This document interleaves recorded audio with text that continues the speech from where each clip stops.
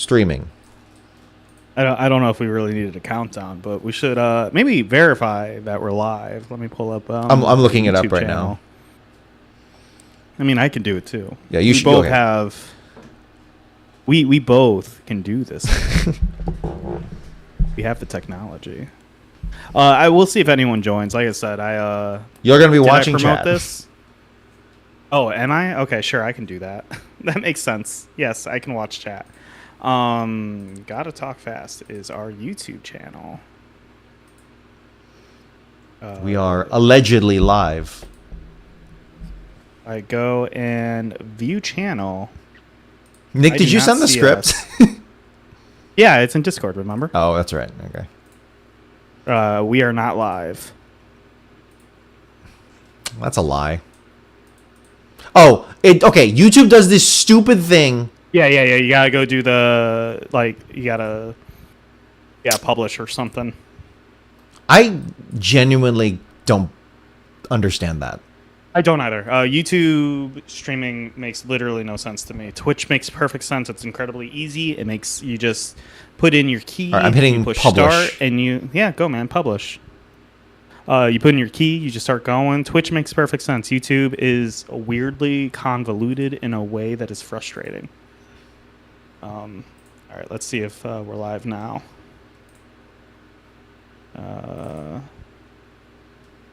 There we go. Refresh page. I don't know where to go to see if I'm live.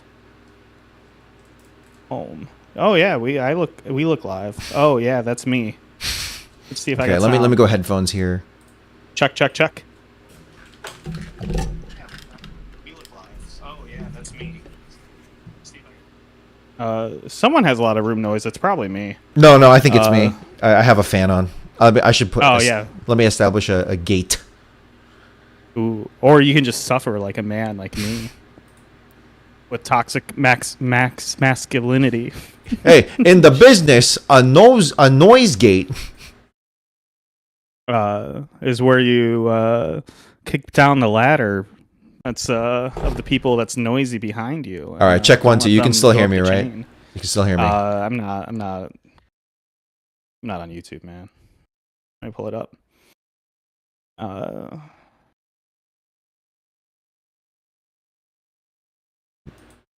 Yeah. What? Now say something. Check 1 2. Check 1 2. Hey 1 2. Hey Arnold. Check 1 2. Yeah, you're good. We're good. How much more time for you to publish this thing? Give me a few minutes, I guess. But hello, welcome to GTF number 84, I believe. We are covering Supersonic Special Brave New World. So welcome to the stream. And to begin, Nick has an intro. Well, I wasn't. This is mean. I do have something I want to talk about, but was it an intro? That's a completely different conversation. First, let me see if we have any friends online in the channel. If you're here, say hi. If you're not here, still say hi. I like to believe that I can hear you in my heart, even if you're not watching this live. So please say it out loud. Say hi. Hello. I don't know. I watched. I'm what you call culturally relevant. Wow, relevant. Culturally. This is going to be a fun episode, guys. I watched that. Not the new Spider-Man, the one from 4 years ago. The one where they got spoilers for a movie that's like 5 years old, but they got Tobey Maguire and Andrew Garfield. I know I've talked about it on the podcast before, but I'm a firm believer that the Andrew Garfield Spider-Man movies are the best Spider-Man movies out there. I don't know if I've talked about my opinion of the Spider-Man movies past that. It goes the Andrew Garfield ones, then Tobey Maguire, then Tom Holland. I think Tom Holland is a good actor. I think he is a good Spider-Man. I just think his movies kind of suck. No fault of his own. I think the writing is a little disappointing. That being said, I watched the new one. Still disappointing. I mean, I had a real soft spot for seeing Andrew Garfield as Spider-Man again. If you looked at my letterbox, which is I believe at Mojosaurus. I don't know how letterbox works. You can follow me if you want. You don't have to. I don't. Anyway, I gave it 2 stars. And if you look at my reviews, I never give anything a half star because half stars are for non-committers. Uh, Everything that I give, it's 1 through 5. I stand by that. If I wanted 1 through 10, I would have had a 1 through 10 scale. Anyway, I watched. I don't even know what it's called. Is it Brand New Day? You shouldn't talk, Dominic. You're doing your thing. It was. Well, okay. So I watched it because I saw a bunch of people on the internet talking about how they had a theory about the movie, and the theory was that uh, that the villains of those movies, again, spoilers for this movie, Sandman shows up, the Lizard, Green Goblin, all these guys, all the rogues from the previous Spider-Man movies show up in this movie. Tom Holland, Spider-Man does some weird thing, magic, whatever. They show up. And I was reading a theory, which was um, these villains showed up right before they died, and when they got sent back to their universe, it was like the moments before their death, right? And it was specifically to like maybe recontextualize for those who've seen Spider-Man 1, the Tobey Maguire movie, when Green Goblin has the the glider come and impale him. He does like a little kind of thing, and it kind of looks like he has a realization of what's happening, and he's not fully the Green Goblin. He's Norman Osborn. He gets stabbed, and then he has a real like human moment, and he says, "Don't tell Harry," to Toby. Uh, so the theory was, hey, Norman got cured and then got sent back to that timeline and immediately died. So I was like, that's fun. I'll watch that movie. I don't know if I was just in a thread full of bots. And this is the thing, right? I don't know what the internet is anymore. But I watched the movie, and that's the fucking plot. They say it. They just straight up say all the villains are like, what were you doing before you got here? And all of them are like, yeah, we were in the middle of fighting Spider-Man. And like they're describing the final fights of before they die. Like every single villain in that movie was plucked before they died, right? The villains say it. The rogue gallery, I should say. Maybe villain's not the right word because they all kind of turn good by the end. Maybe not Jamie Foxx. That was very funny. But and I'm just like, is media literacy just like completely fucking dead? Or was one person not paying attention in the movie, put out that theory into like a Reddit thread at one point in time, and a bunch of bots picked it up and just like kept on repeating it. I don't know. It just fucking annoyed the shit out of me because like that's the fucking plot of the movie. They say it. They straight up say this is the thing that happens in this movie. It's not like implied. It's explicit. And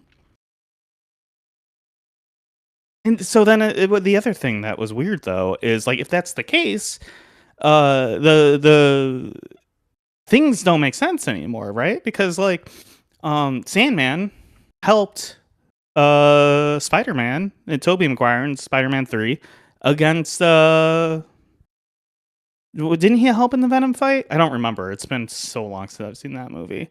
I'm pretty sure he helped. Maybe I'm wrong. No. He teams up with Venom, I think. It doesn't matter, right? It doesn't matter. And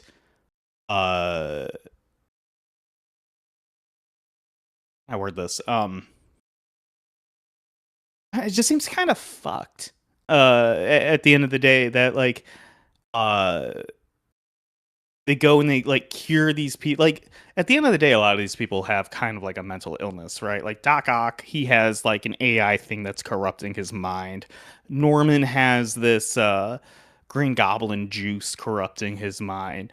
The Lizard has this lizard corrupting his mind. Jamie Foxx is Jamie Foxx for some reason in this movie, and that's corrupting his mind, I think. All of these people have these things like corrupting their mind. So the plot of the movie is they go cure these people for like they cure them and then send them back to their timeline to die. I don't know. It just seemed wild. It seemed. I don't know. I don't get. I think I know. What do you know? I think I've only seen it, I think, once in the theater when it came out, so I don't know this detail. But yeah, they were sent to their things. They were taken from their timelines right before they were about to be killed, more or less, right?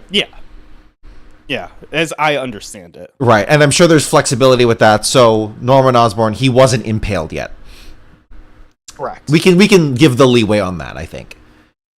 But when they were returned to their timeline, they were returned at the moment of death, the moment they were plucked back. Is that what we're saying? Well, I mean, the implication would be everyone knows the famous scene in Spider-Man 1 when the Green Goblin gets impaled by his own glider, right? And he does that. Oh, so that would be the moment. So moments before his death. I think it would be just enough for him. There would be enough time for him to not have been impaled. You think he's just going to jump at the last second? No. Hold on. I think what I'm saying is you're saying 1 second before they die. I think it's like 5 minutes before they die.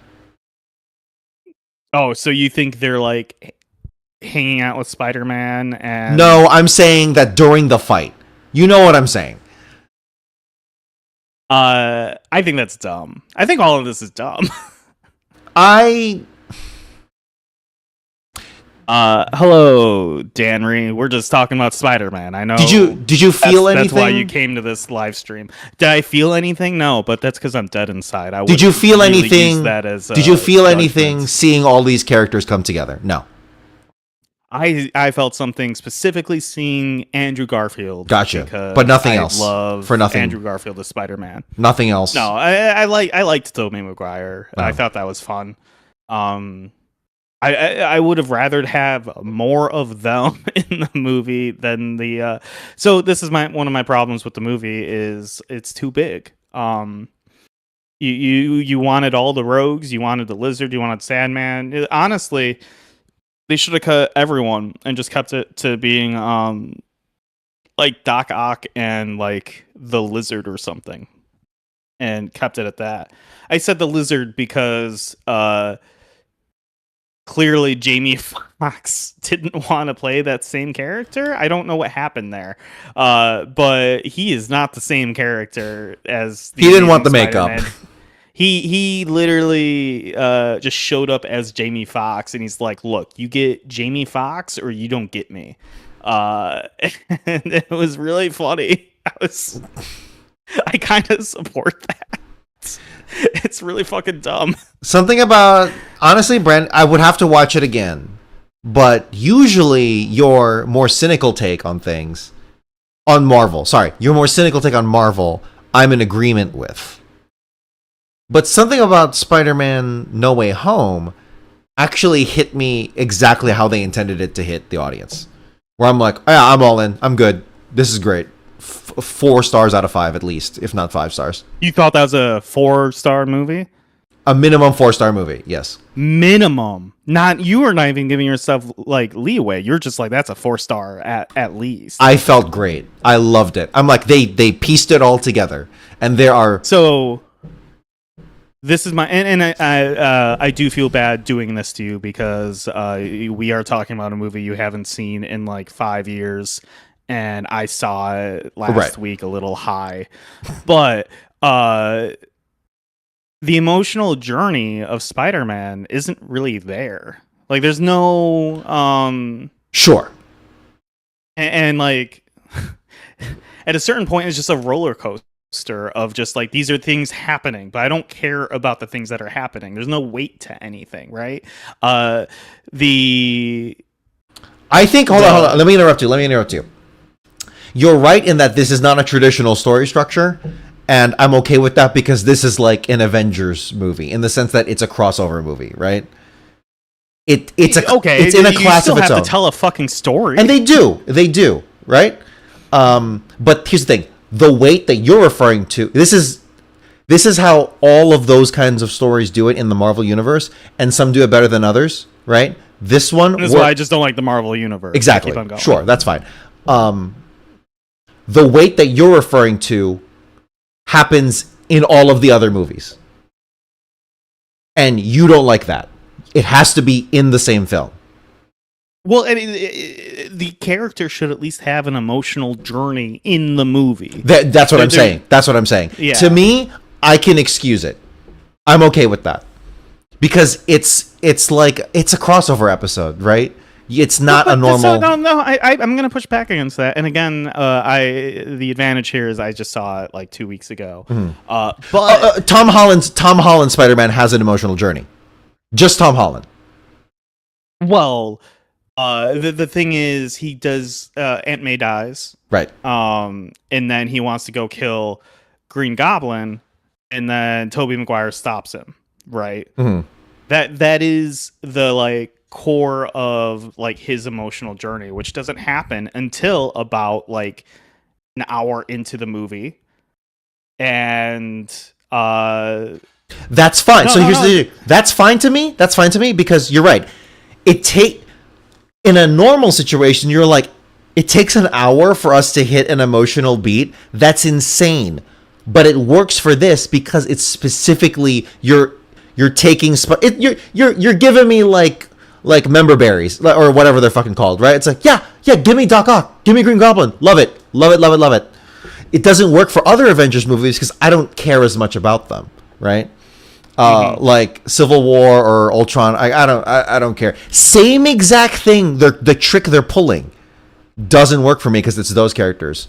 This works because you're literally hearkening back to the novelty of this was before the MCU was a thing, right? This is Sam Raimi's Spider-Man when it was a Sony product. No, was Sam Raimi's Spider-Man a Sony product? No. Yeah. When it was a Sony product, and then they did. You can tell because the PlayStation 3 has the Spider-Man. You're right. But I never noticed that. Holy shit, you're right. Yeah. What am I trying to say here? Yes. We agree on the criticisms if this were an Avengers movie. But because it's specifically a Spider-Man movie... So you're just a sucker, is what you're trying to say. For the history of Spider-Man in cinema, yes. For the Sam Raimi films and the ones directed that starred Andrew Mark Webb. You don't even know who did the Amazing Spider-Man movies. Yeah, because they're bad movies. They are not. They are good movies. They're not good movies. They are better than the Sam Raimi ones. I disagree. And they are better than the Tom Holland ones. I'm willing to hear that argument, but I disagree. This is what I'll say is, if you were putting up a fight for Spider-Man 2, I would maybe be like, okay, there's an argument to be made here. I personally disagree, but I will surrender the argument for 3. For Sam Raimi's 3. I will surrender that argument. What I will say is, every single... I wouldn't say every single. I think the first 2 Tobey Maguire movies and the Andrew Garfield movies are better than all the Tom Holland movies. I can't say that. I haven't seen the new one. So... That's my hot take. I really enjoy... I would love to hear your thoughts on Brand New Day. I very much enjoy... Honestly... is that the name of the new one? I might have mistitled. Correct. What was the one with No Way Home? No Way Home, right. Brand New Day is the one that just came out broke all the records. I actually think out of the Tom Holland ones, you might enjoy this the most because it really focuses on like, yeah, Spider-Man's life freaking sucks. It's actually garbage. And does it have like an emotional journey? Yes. Okay, see that actually appeals to me. That sounds interesting. So yeah, and again, you have to watch like 40 fucking movies to understand what's happening. No, if anything, you just need to watch No Way Home, which you did. Okay. Here's the thing. Like, again, I want to just as we go out of this, I want to reiterate that all of these criticisms you are levying against this movie, you can pretty much levy against the other major crossover movies like Avengers, like Civil War, etc. I mean, I would say the majority of Marvel movies. Like it's sure. My criticism here isn't technically with Brand New Day. No, I'm sorry. No Way Home. It is of Marvel in general. The exception being the first two phases. I think the first two phases were actually pretty solid. I think phase 1 of Marvel is actually fantastic, and I think phase 2 is pretty okay. Mm-hmm. So that's I think I'm in agreement. My opinion. Yeah. And then it's just like, yeah. Go watch the first Captain America movie, the first Avenger, right? Love that movie. And then watch the newest one, and you're like, oh, there's like emotional beats. There's like in the first one. Yeah. There's the music. I feel like has really taken a nosedive. Some would say it wasn't there to begin with. Dude, the first Captain America 1 soundtrack is incredible. It's a fucking banger. The first phase, they all had fantastic music up until Alan Silvestri did the first Avenger and did the Avengers theme, both of which I think the music in the first Avengers is fantastic. Mm-hmm. And like I said, I'm a sucker for the first Captain America movie. I think it's great. I think Thor, the first Thor movie, is great. The thing we should probably talk about Sonic at some point. And I don't know if I've talked about this on the podcast. I feel like I have. I know I've talked to you about it. The thing that was so great about the first phase of Avengers is every single movie felt distinct and its own thing. And that is the great thing about the Avengers is you get all these people who do not feel like they belong together coming together to like do the impossible, right? And that's what the first Avengers movie felt like. And then after that, the movie slowly started just becoming very formulaic and very samey, and people will start throwing around the verbiage Whedon-esque for its dialogue. I take umbrage with that because I think Whedon was much better at writing than some of the things that... Granted, he's a piece of shit, but that's a different conversation. You can be a piece of shit and be good at writing. Some say the best writers. Yeah, right. There was a style to his writing, which was he knew when to be serious and he knew when he could do a joke. And my take, maybe it's a little spicy, is that after Age of Ultron and going past that, everything became a joke and nothing. You weren't allowed to take things seriously anymore. Mm-hmm. Like emotional beats weren't allowed to be emotional beats. They had to be undercut by a joke pretty much every single time. And I think that's really disappointing. And I think that's a problem with movies as a whole these days. I think movies have a real problem being sincere, and I hate that. Yeah. No, I'm in agreement with that. No Way Home, though, pretty baller. I love it. Again, I would need to watch it. I'm sure I am open to criticisms, but I'm pretty confident I'm gonna still like that movie a lot. Well, and so this is the other thing is like you only saw it the one time, right? I think that Correct. Movie is maybe one of those things where it's really fun the first time you watch it, and then when you watch it again, you're like, there's not a lot of movie here. Honestly, though, there are parts of that movie where it felt like bottle episodes. I know it's not literally a bottle episode, but like, hey, bottle, that's the wrong word, wrong term. I'm saying like, hey, you know what? There's not much going on, but we know all these characters. What if you just put them in a room for a little bit? There's just something I like about that, right? Well, and that's part of the appeal of the Avengers. Like that Right. is, And that's part of the there's an appeal of to Brand New that. Day. Or, you got me doing it. No Way Home. No Way Home. And like No Way Home, I'll say does it better than some of the other ones because and I think this is the strength of Andrew Garfield and Tobey Maguire is that each of their iterations felt so unique and they were able to take their own version of Spider-Man and mix them together in a way that made everything feel very fun. I did like that. I did appreciate that. I did think that was good. Like I'm not sitting here and saying it was like a horrible movie. I think it was just a 2 out of 5 movie for me. Okay. Yeah. Let's talk about Sonic. Are you ready? I am ready. Sorry. Well, first of all, I really wanted to finish that conversation. I was not cutting it off. So let's get into it. Okay.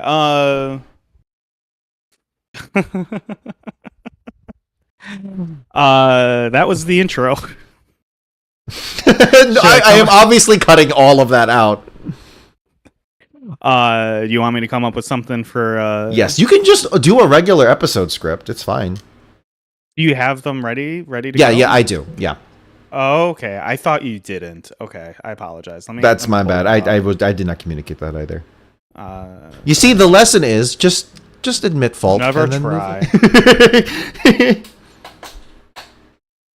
Gotta talk fast is our email.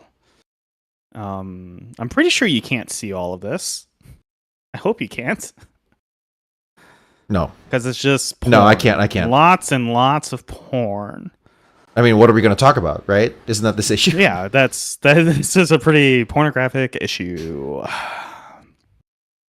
Welcome to an oral review of Archie Comics Sonic the Hedgehog, reminding you to never use generative AI. Just don't. If you used it before, that's okay. You can stop now. But every time you use it, just know you're hurting the art you're attempting to emulate and the environment and other artists and yourself. We would literally prefer you to make a shitty poster in Microsoft Paint than to have an AI make one. It would actually be more effective, objectively speaking. I'm Nick. Except for this intro, I wrote the script. And I'm Dominic, and except for this intro, I haven't read any of today's script. So yeah, I am actually officially declaring an epidemic of AI posters in everything now. Obviously, small businesses were doing it, but now it's like major businesses and also like community organizations, city governments, protest groups, it's everywhere. It's everything. It's spread like wildfire. I hate it. We got to do this episode. You chose like the spiciest intro here. I did. I have gotten coworkers using AI to me in like chats. I would like say something and they would use an AI response back, and it pisses me off so fucking much every single time. I'm like, I want to shoot them. He's not gonna do it. He's not gonna do it. Yeah, in Minecraft, shoot them in Minecraft. Honestly. Yes, with the Minecraft gun. Yeah, everyone has one. Locked and loaded. I used AI today in a positive way. Someone sent me a piece of art they were working on, and they're like, something's wrong, and I can't identify it. And I looked at it, and I was like, I think the pupils are off. And they're like, I don't know, maybe. And it was he made a movie recently, and he was trying to make like a cover for it. Mm-hmm. He's a very good artist. And I was like, I feel like it is the pupils. And his response was like, yeah, maybe I can kind of see it. And then I went and I don't know if it's out yet. I'm subscribed to like the developer beta in the iPhone. So I have Siri, and I asked Siri, I was like, hey, what's wrong with this dude's eyes? And Siri literally said, the pupils are looking in two different directions, and it seems like the person has some like medical condition. They said the medical condition and everything. And I was like, yeah, that's exactly what's wrong. And I sent it to him, and he was like, you know what? I see it now. So I've used AI for the very first time in a positive way. So I'm officially the problem. You are officially the problem. Look, like I said in the thing, like, hey, if you used it once before, fine. That's okay. You can stop. You can stop. And, like, you are surrendering thought. Like, you're just giving up on rote skills that need to be trained up in life. Look, I mean, in my defense, I used it to not validate an opinion, just give me a second opinion. And that's, I feel like, the actual good use of AI. It's just people use it as a first opinion and, destroy the earth. Would you... Nothing. Like, so, I'm sorry, I may have misinterpreted what you're talking about here.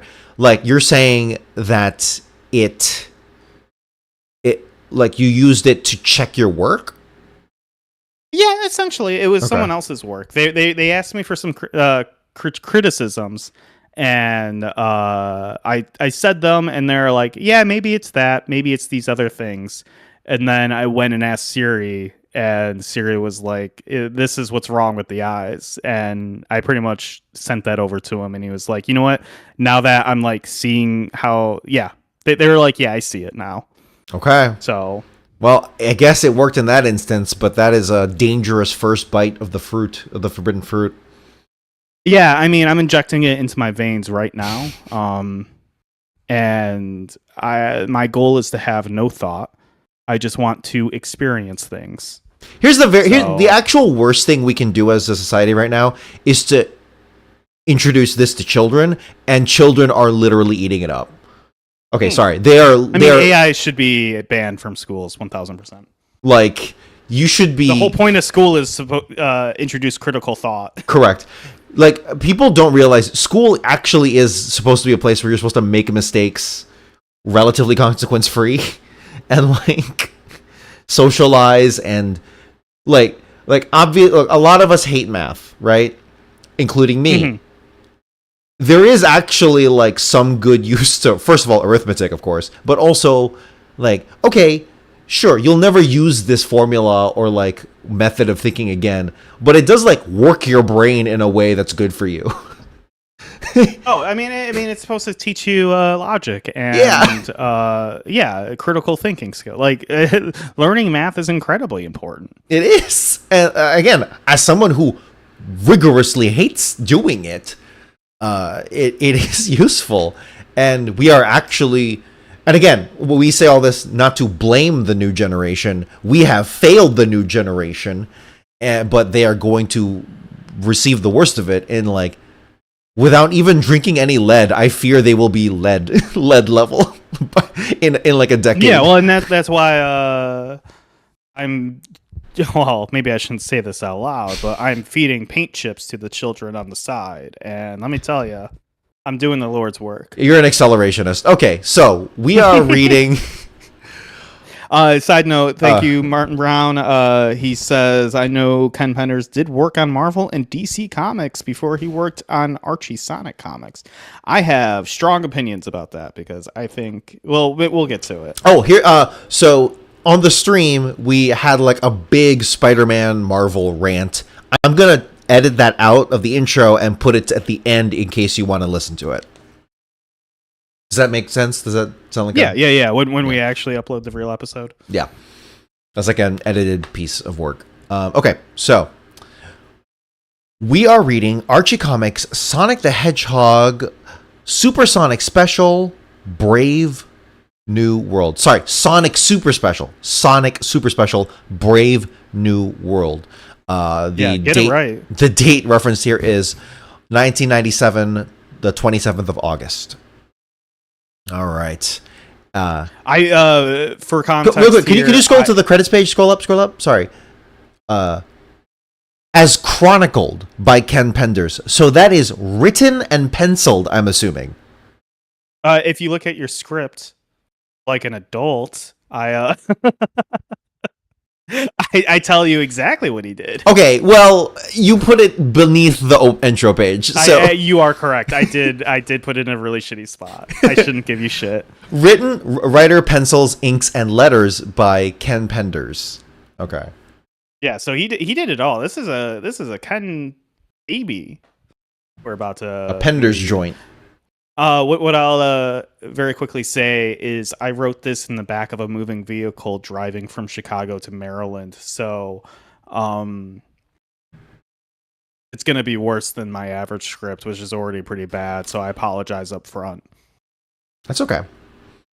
Okay, so here is the intro page. It had been more than a decade since the inhabitants of what used to be called Mobotropolis had known peace. Since that time, they were betrayed by an enemy they once thought as one of their own. He had sought to enslave them through his nefarious schemes, with ultimate domination over all he surveyed, his final goal. But the inhabitants created a beachhead called Knot Hole Village and fought back, hoping to overcome and reclaim what was rightfully theirs. As the struggle grew, it became apparent that victory would not be won without a price. And so the final battle between the evil despot and the courageous freedom fighters was fought, with the cause for freedom prevailing in the end. Though Dr. Robotnik had been vanquished, that victory didn't necessarily mean the end of their hardships. In fact, it was only the beginning. New World. Before we continue, how do we want to do interruptions here? Because this is just one massive thing. Breaks. Yeah. You just want me to cut off when I feel I trust you to do that. or do you want to like wait until it feels like a good spot to sorry, yes. Wait until it feels like a good spot. Okay. Okay. I'll let you make those judgment calls because okay. All right. So these are the narration bubbles. So this isn't Nick's writing. Should I just read it straight? He does double intros. So. Okay. This is the planet Mobius, a world full of incredible wonders and surprises. And of all who dwelled upon its surface, none were more renowned than those who lived in the fabled city of Mobotropolis, which was governed by the benevolent and much beloved King and Queen Eggcorn. Their daughter Sally provided a shining beacon of hope for the next generation. Unfortunately, there were those who would wage war. There were those who would wage war against the kingdom for their own selfish purposes. It was during the war against the Overlanders that Queen Eggcorn mysteriously became a casualty, her true fate unknown. The king's forces, led by the warlord Julian, managed to overcome and preserve the kingdom. However, warlord Julian had plans of his own. Thus, renouncing his heritage, he adopted the name Robotnik and banished King Eggcorn into the Zone of Silence. With the king out of the way, Robotnik utilized his army of SWAT bots to apprehend the citizens of the new rechristened Robotropolis and banished King Eggcorn into the Zone of Silence. Now, I guess they do write it twice. Upon which they were subjected to the roboticization process, which not only transformed them from fur and blood to metal and circuits, but also robbed them of their free will as well. All was not lost, as champions arose, such as Sonic the Hedgehog and his fellow freedom fighters, to fight the evil schemes of the mad dictator, eventually overcoming impossible odds and overwhelming forces. Robotnik has been vanquished. What remains to be determined is at what price. Now that victory has been claimed, and celebrations reveling the achievement now complete, reality has set in. The magnitude of the task that lies ahead has just hit home. The freedom fighters walk through the ruins of Mobotropolis. What was once their great city has been reduced to rubble and decay. Or I'm going to interrupt. Mm-hmm. Because this is important. Yes. Look in Discord. No, okay. I'm zooming in on for our audience, so they should see it. There's a fucking Tails with an eye patch in the holy shit in the like past war. I did not. How cool is that? I did not either. I literally noticed it as you were saying it just now. That's an iconic image. Holy shit, that goes hard. Oh yeah, I hate the fact that this guy's here. This guy needs to leave because I want to see this like eye patch Tails beat the shit out of this human. I'm a firm believer that obviously the assumption is that's Tails' dad. I'm gonna say Tails went back in time and this is Tails. That image goes so hard, dude. That's a good fucking image. Okay. Like for the audio listeners, it's just Tails with an eye patch just beating the shit out of someone. It's not okay. So, despite what Nick said, it's likely not Tails, but a fox ancestor, maybe Tails' father or ancestor. Hey, I'm just calling my shot, man. Okay, here we go. So it's the freedom fighters are walking through the ruins. The freedom fighters walk through the ruins of Mobotropolis. What was once their great city has been reduced to rubble and decay. Or as Antoine puts it, our Shangri-La is now nothing more than a dirty junkyard. Rotor pipes up to the group. All those missions into Robotropolis, and yet we never really contemplated the significance of Robotnik's actions on a personal level. Jeffrey interrupts and essentially says that there will be no introspection until the task at hand is completed. The freedom fighters continue exploring the old palace and come across the renowned throne room where Robotnik would conduct his operations. They walk in, and it's very clearly modeled off of the egg chamber thing that Darth Vader is in that one movie that's popular.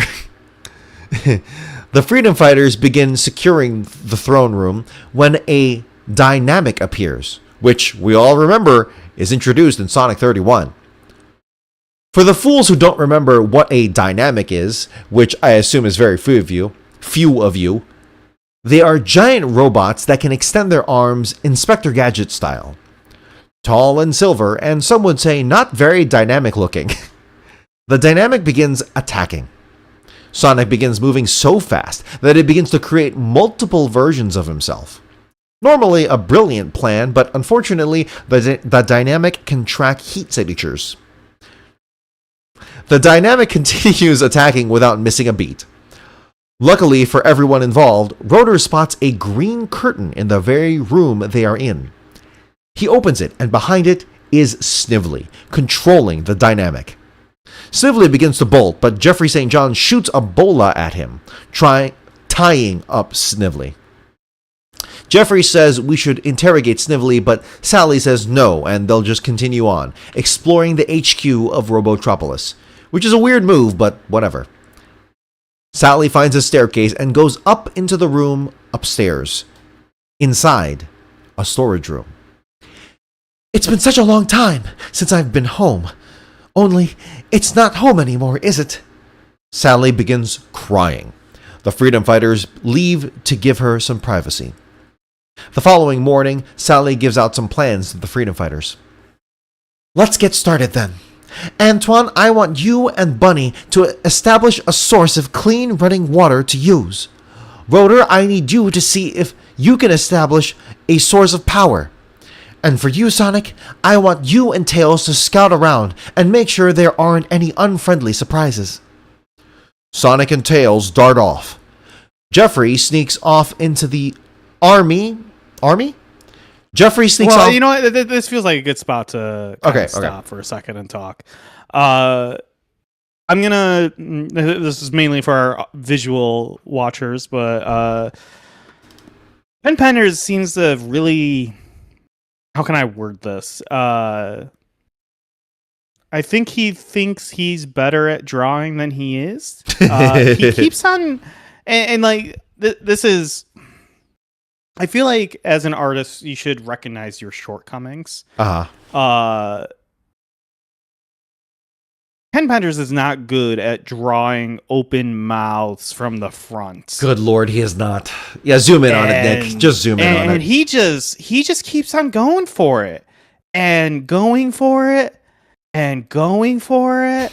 And okay, it won't let me zoom in more, so the joke's done. But I was gonna go all the way if it would let me. I don't know why he thinks he can do this, and he can't. And like, this isn't the only time in this issue. In fact, he did it earlier, where it was a front view, and it keeps on. I don't know how to describe the mouth. Let me find, where was the other one? Oh, am I lying? I thought I saw it earlier. Okay, you can at least go to Snively running away. That's something else. Keep going, keep going. Oh, keep here going. it is. Here it is. The other tails. Man. Okay, look, to be fair, I don't know how to rectify that, but it does feel off. I mean, I don't know how to draw that, for the record. I don't know how to draw that. But clearly Ken Penders doesn't know either. And we recognize this is classic, like, I don't know how to fly a helicopter, but if it's stuck in a tree, I know something's gone wrong, right? Exactly. Like, we it does not feel right at all. So look at this Snively shot, man.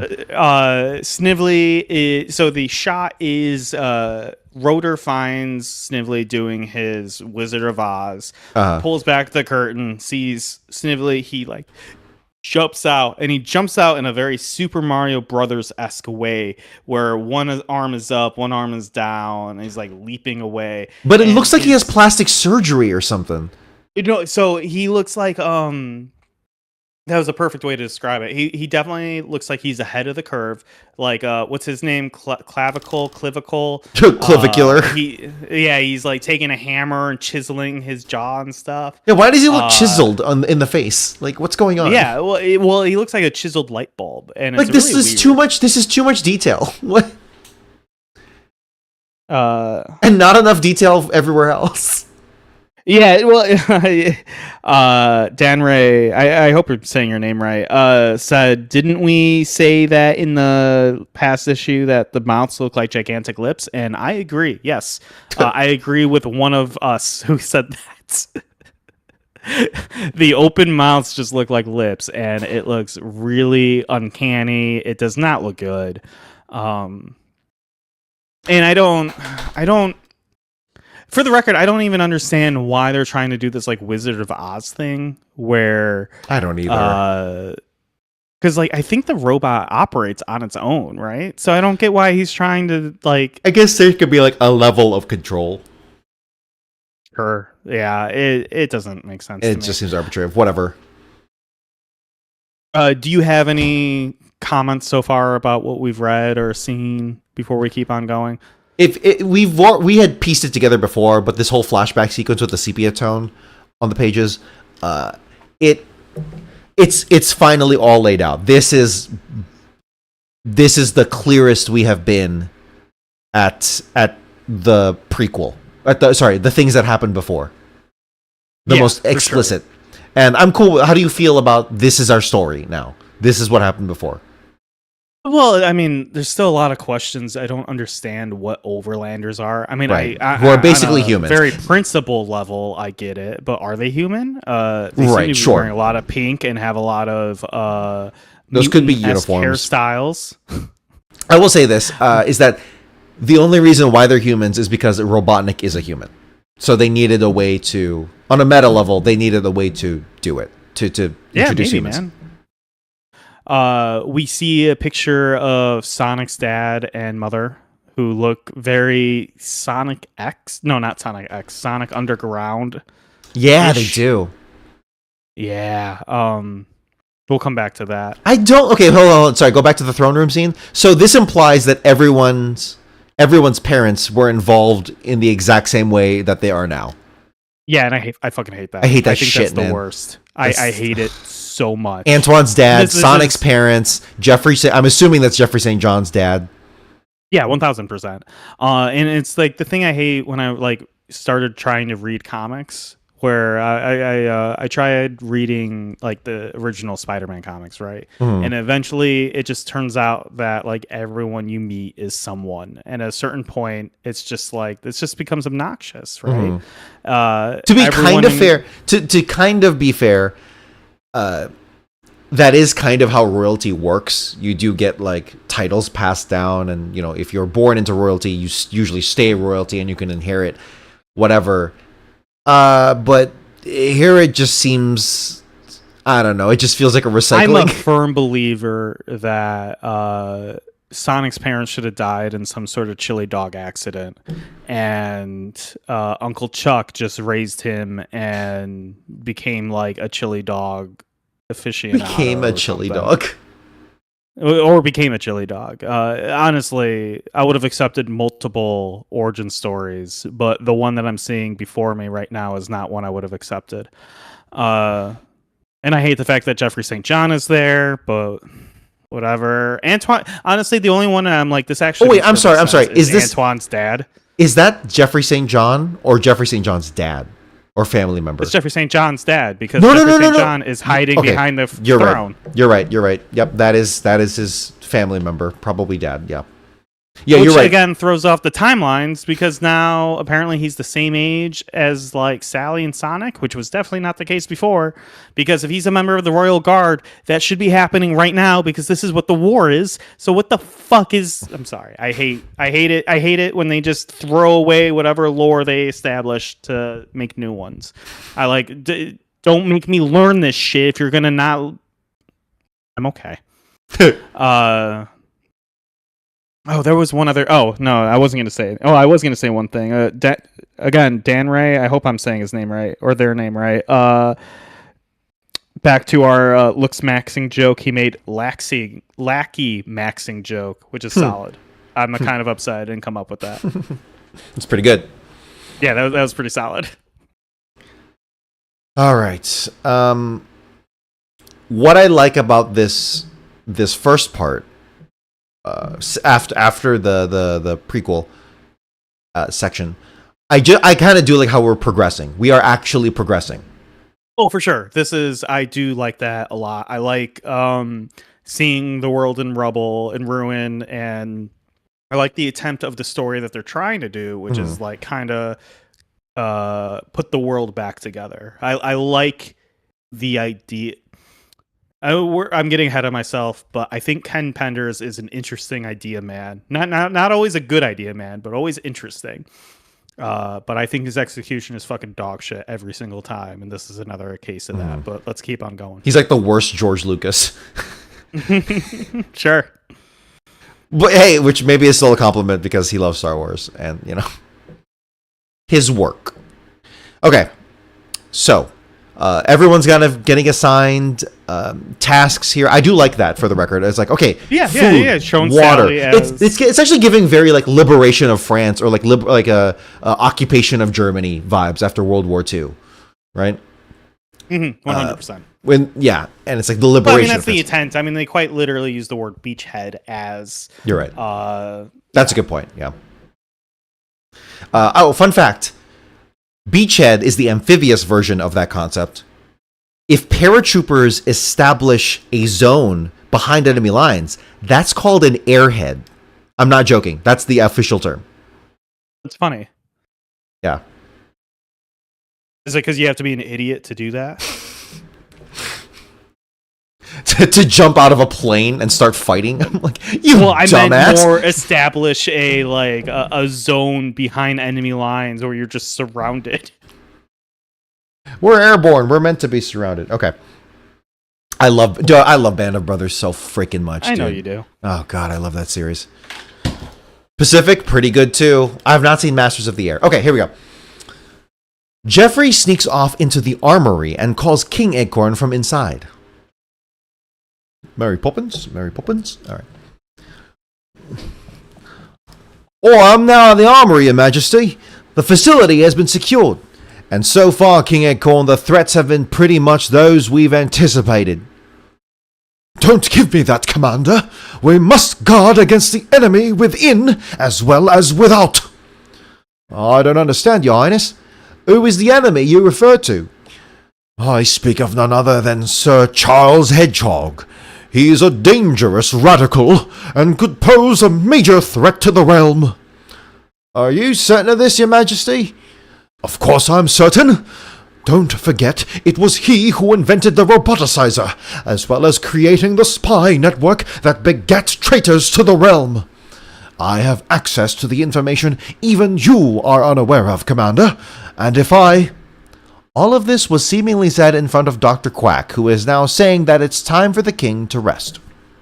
We cut to Uncle Chuck. He's in some warehouse-esque looking place, packing up equipment. He's talking out loud to himself. They should just about do it. With Robotnik gone for good, I don't see any need for all this surveillance equipment. Of course, one never knows when things might change, but out of sight, out of mind should do for now. Speaking of which, I guess it's time I relayed the news. I just wish I had a clue as to what their reaction will be. Uncle Chuck opens a secret hatch and climbs down into the tunnels of Robotropolis. Some roboticized animals walk up. Should we do specific? Okay, so there are other characters. I'm not gonna do voices for them other than like robot voice. Sonic's dad. Sonic's dad is important here. Did we establish a Sonic dad? He's, you know what? Let's just commit. He has a real 80s vibe. 80 seems like he doesn't. That's a know very how to grow wide up. swath. Yeah, what are we talking about? 80s businessman. 80s teenage. I mean, 80s businessman is exactly not at all what I meant, but that is his only regret is that he has bonitis. Luckily, he is a robot, so he doesn't have to worry about it anymore. Okay. 80s businessman is what I want. The robotic pair. I don't know. I've never played Five Nights at Freddy's. I've never seen anything at Five Nights at Freddy's. Does Five Nights at Freddy's have a voice? No, it really doesn't. I mean, not that would fit here. It's like a scary, damaged voice. Okay. Let's just go for it. Okay. Some roboticized animals walk up. Wait. Just do Yogi. Roboticized Yogi. Roboticized Yogi. He only. This is the only time he talks. Fucking swing for the fence, dude. Boo boo, boo boo. Now roboticize that. It's just Rodney Dangerfield again. Weirdly, it's the only voice you know. Boo boo, boo boo. Boo boo. What brings you here, sir? No respect, no respect. It's always funny. Okay, here we go. The problem is our audience is too young. They don't even know who Roger Dangerfield is these days. Yeah, it's a classic voice. I can't vouch for all of his films and stuff, but you got to watch at least one stand-up of his. It's just endearing. So the robot bear says, "What brings you here, sir?" "I came to tell you, Robotnik's gone. Defeated. He won't be bothering anyone anymore." Sonic's father walks up, who was roboticized along with Sonic's mother. I need to quickly interrupt. I apologize. I feel like I'm already interrupting too much. But did we know this was Sonic's father before this point? Because I remember seeing Remember we had an image of the his, obviously Jules. We know his name now. He had like the poof of hair, and he had the ripped plaid shirt. Did we know that was his father? We knew it was Uncle Chuck's brother. We just didn't know it was his father. Correct. There it is. It was heavily implied, and it's confirmed now. So it's Sonic's father walks up, who was roboticized along with Sonic's mother. So I won't do robotic voice because Uncle Chuck isn't. So this is just, I guess, 80s guy. Okay. 80s guy. Shoot the guns as you're doing it. To be fair, it's kind of Dr. Quack. It's just Troy McClure. Do you have like a line of coke you could quickly do?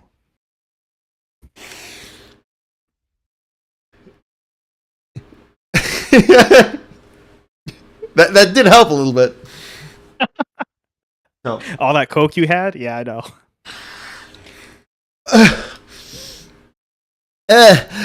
I'm not afraid.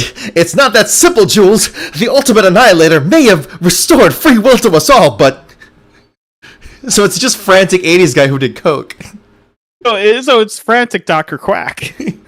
A robotic fox cuts him off. "We've endured so much, Sir Charles. That hope of being restored is all that kept us going. All we want is a normal life with our families." "I'm afraid that's impossible. With the original roboticizer, when the original roboticizer was destroyed, any chance of our being restored died with it. And if by some miracle, even if I was able to rebuild it to the same specs, Any routine maintenance or even a minor alteration performed affected your cellular structure. I should not guarantee you're surviving the process. I'm very sorry. The scariest looking animal robot dog pipes up. He looks like Slinky from the Toy Story from Hell. So, I guess I am doing this voice. You needn't hang your head, laddie. Why is he Irish? Fucking A. God, this is horrifying look. He really does look like a Five Nights at Freddy's character. God, that's terrifying. Why do they need to... okay, you know what? No, I take it back. So, the depiction here is very scary looking robot dog that is rearing its teeth. But this might actually make sense because it's like they look hideous to the normal eye. And they are going to eventually be shunned by society.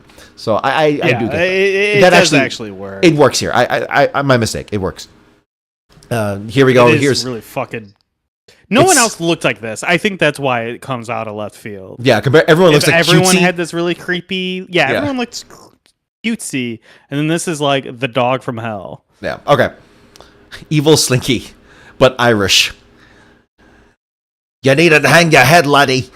I fought in the Great War, so I know there'll be worse than our current condition. This is Scottish. In fact, my joints have never felt better. I agree. What say you, Jules? Or you, Bernie? God, who are all these fucking people? Who is Jules? Jules is Sonic's dad. Bernie is Bernice, which is Sonic's mother, which I don't think was technically established, but that's what's happening here. Got it. I think it's time to stop clinging to false hopes and power rings that don't last. Jules drops the power ring he was never holding to begin with.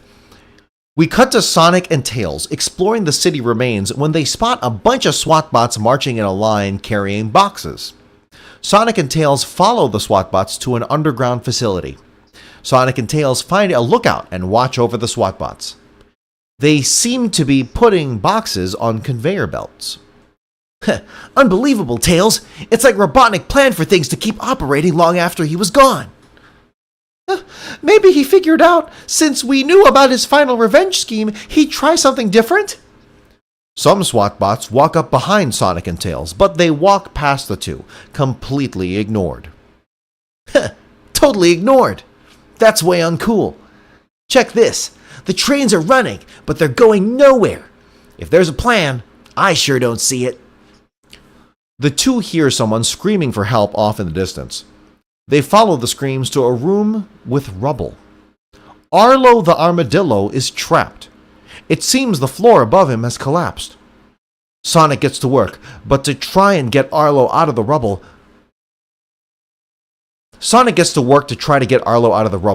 But there, the wreckage that Arlo is under is just too heavy.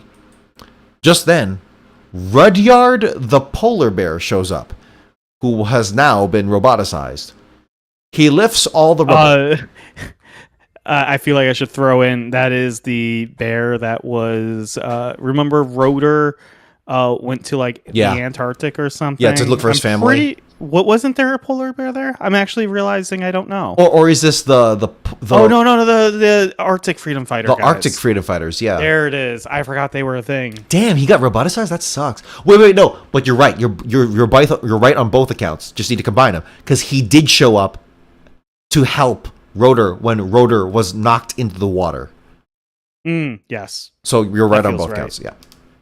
I'm always right. Never forget that. That's why No Way Home is a 2-star movie. Just then, Rudyard the polar bear shows up, who has now been roboticized. He lifts all the rubble, allowing Arlo to crawl out. Uncle Chuck walks up with the roboticized animals from before. I had to go tell some folks the good news about what happened, especially a couple that couldn't wait to see you, lad. I'm sure you haven't forgotten your own parents, Sonic. Jules and Bernice walk up to Sonic. What is Bernice? Oh, God. I mean, obviously another 80s thing. She's got the pink thing going, but Bernice is such an old lady name. Buzz up. Hold on. Okay. Still number one. Girls just wanna have fun. Oh, you're doing that. Okay. Yeah, go for it. I just get the vibe. That could be wrong. Don't let your dreams be dreams. I think Ghostbuster secretary voice. Is that? I guess you're right. Yeah, we remember got from one. The animated show. We got one. Right? Is that her? I think so. Yeah. I didn't really watch the cartoon series. It's been years. I used to watch it when it was on, but like I haven't seen it since I was like 8. What even is? What's her name? Cyndi Lauper? Is that Cyndi? No, that's not Cyndi Lauper. Yeah. It is Cyndi Lauper. Girls Don't Want to Have Fun. That's Cyndi Lauper. Okay.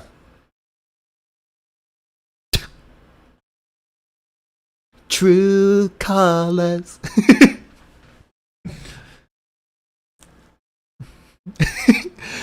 Shining through. Hello, dear. It's been too long. Well, it just sounds like she has like a fucking thing in her throat. Hold on, or like she has like a lisp. I've never actually heard her talk. It's always singing. Just do it from your heart. Like a rainbow, like True Colors. Yeah.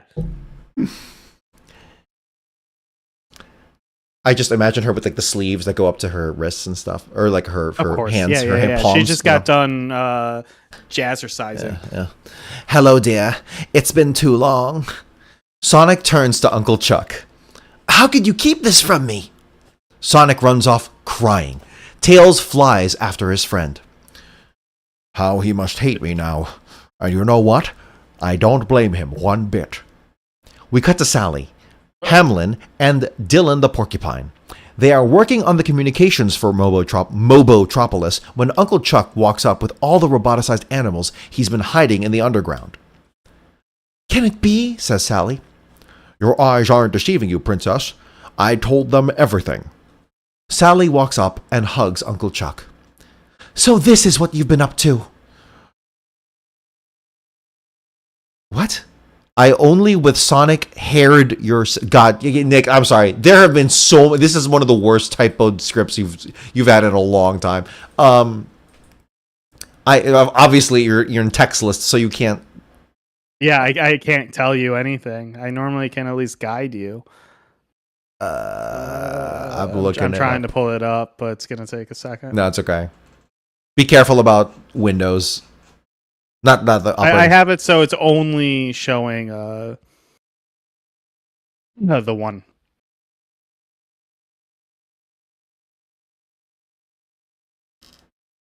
This is when you get live, baby. Normally we edit this out.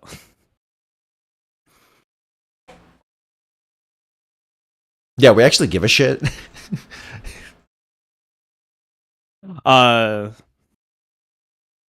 Yeah, I mean, have I seen any good movies lately? I only with Sonic heard shared. Okay.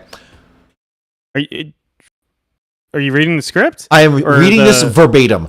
I only with Sonic haired your sentiments. So obviously that means shared your sentiments. What is the first part of the sentence?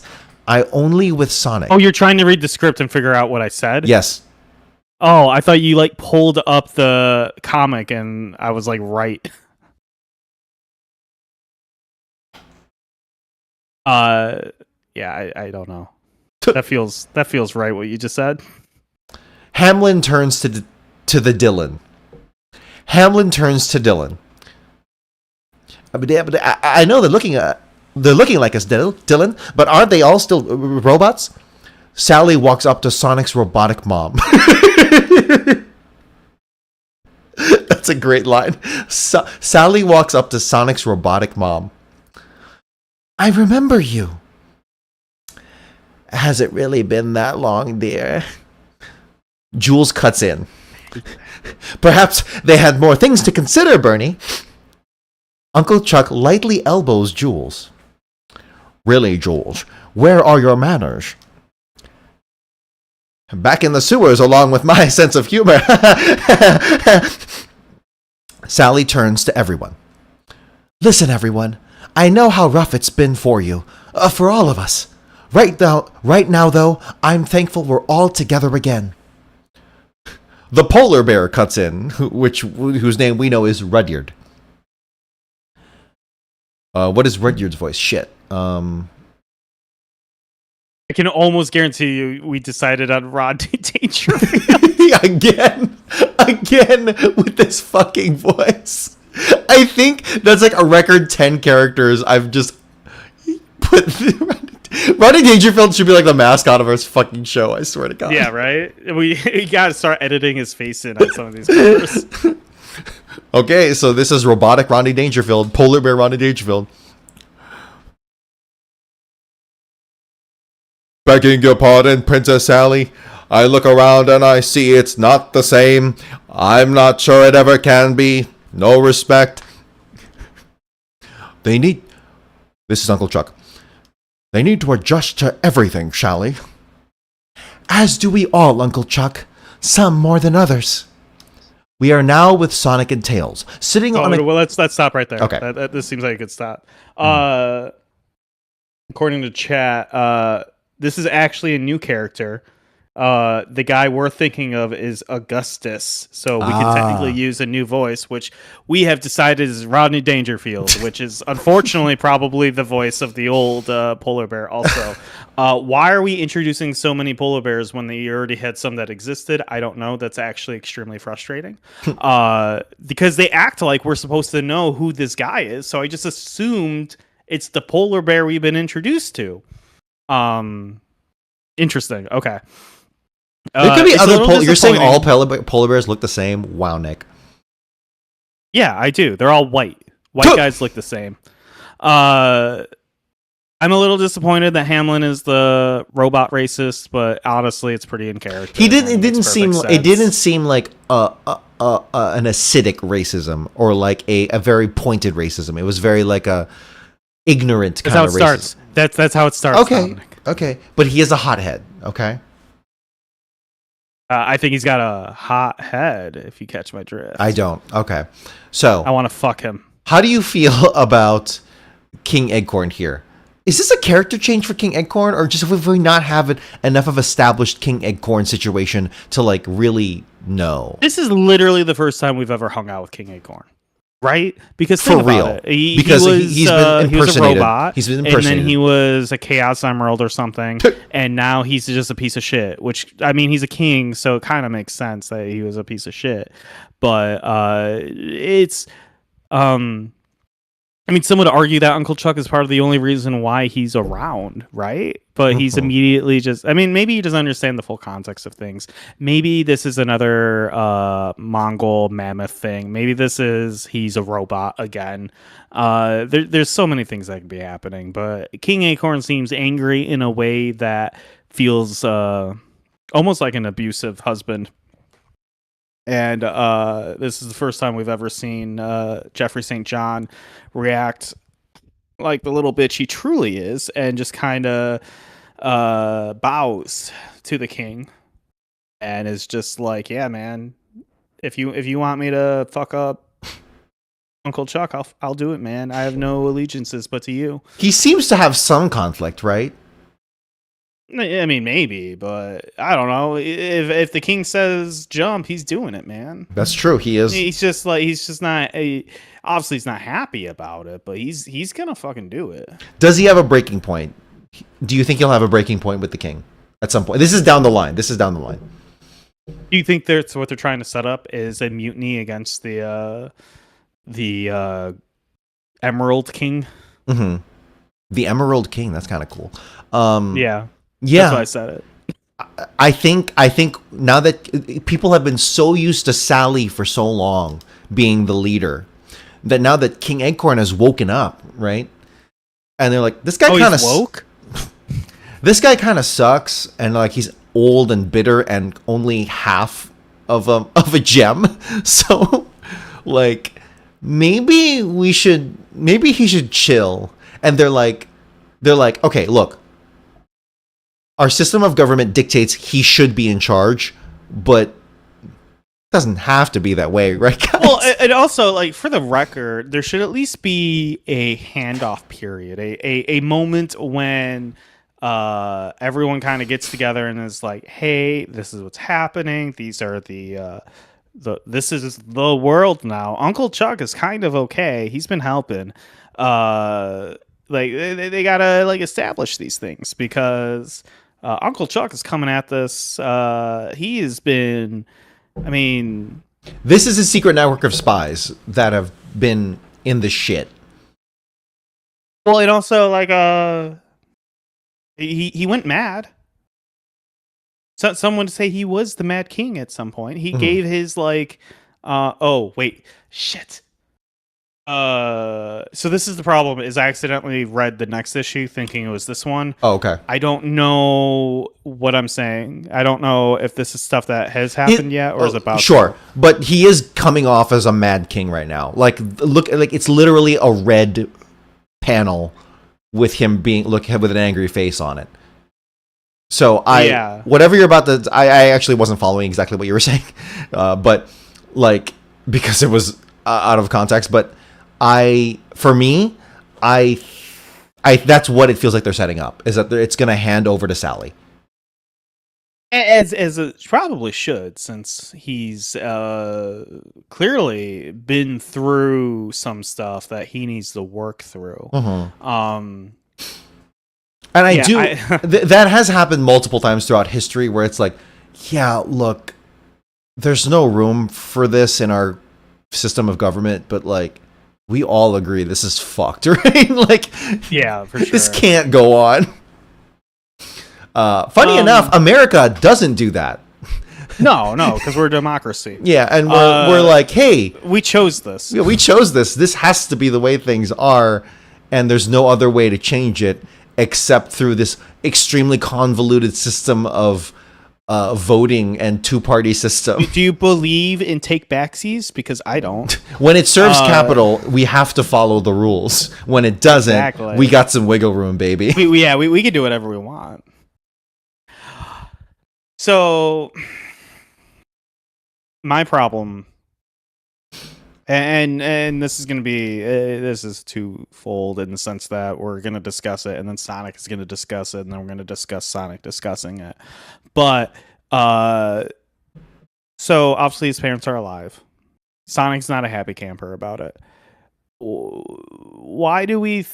No, I should wait because we're about to get into it with Sonic and Tails in this exact conversation. So we'll ignore what I'm about to say.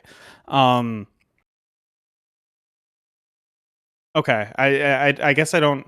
I mean, my only real question then is like, what do we think? Oh, we didn't discuss this. Let me go all the way back. I really like the fact that this is like a stronger Ken Pender moment, which I wasn't actually expecting. Sally kind of going off on her own and exploring her old home. I wish there was a little bit more of that.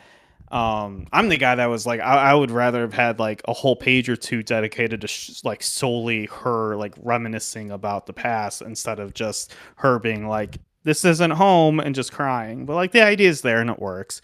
And I do like the fact that Sonic and was just like, yeah, this good luck. And he just leaves. Yeah. That does say something, right? Yeah, I mean, I think it's in character. I think it's in character. Yeah, I agree, and I think it's actually pretty solid character moment. It's one of the few character moments I've actually. So this is what I was going to bring up at the end of the episode, but I'll start talking about it now. Is I one of my problems with Ken Pender's writing is he's a very tell don't show type of person. Yeah, he tells us these are the relationships, and he expects us to believe them.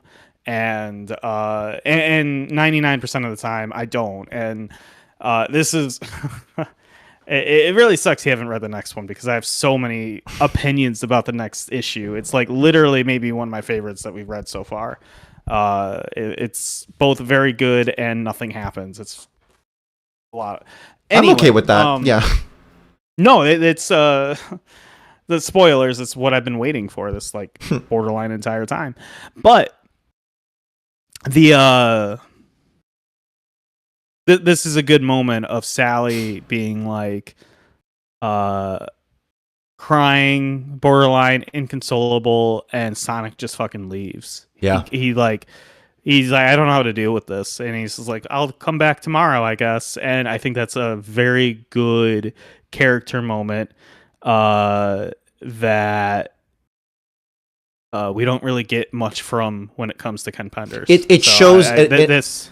Yeah, it shows that Sonic. It's a character moment for Sonic too, very effectively, because it shows that he is kind of an airhead, kind of a bonehead, doesn't know how to handle things emotionally, and it also shows like he's caring more about the wider thing and not helping. At least in this moment, he chose to move on and help with other things as opposed to helping with Sally. I forget if Sally specifically says for him to go away or not. I don't believe she does. I don't think so either. I believe Sonic says, let's give her some space. Yeah. Look, this is obviously a person-to-person thing, but like in moments like those where someone is crying, someone is having a moment, you know, in so many movies, in media, whatever you're reading, storytelling, right? It's like the character knows just what to say, right? And they have this moment, and it's like a good scene or whatever. In real life, that's not how that works at all. A lot of the time, right? You're kind of just sitting there and just being there for the person, but not saying anything. Sometimes, right?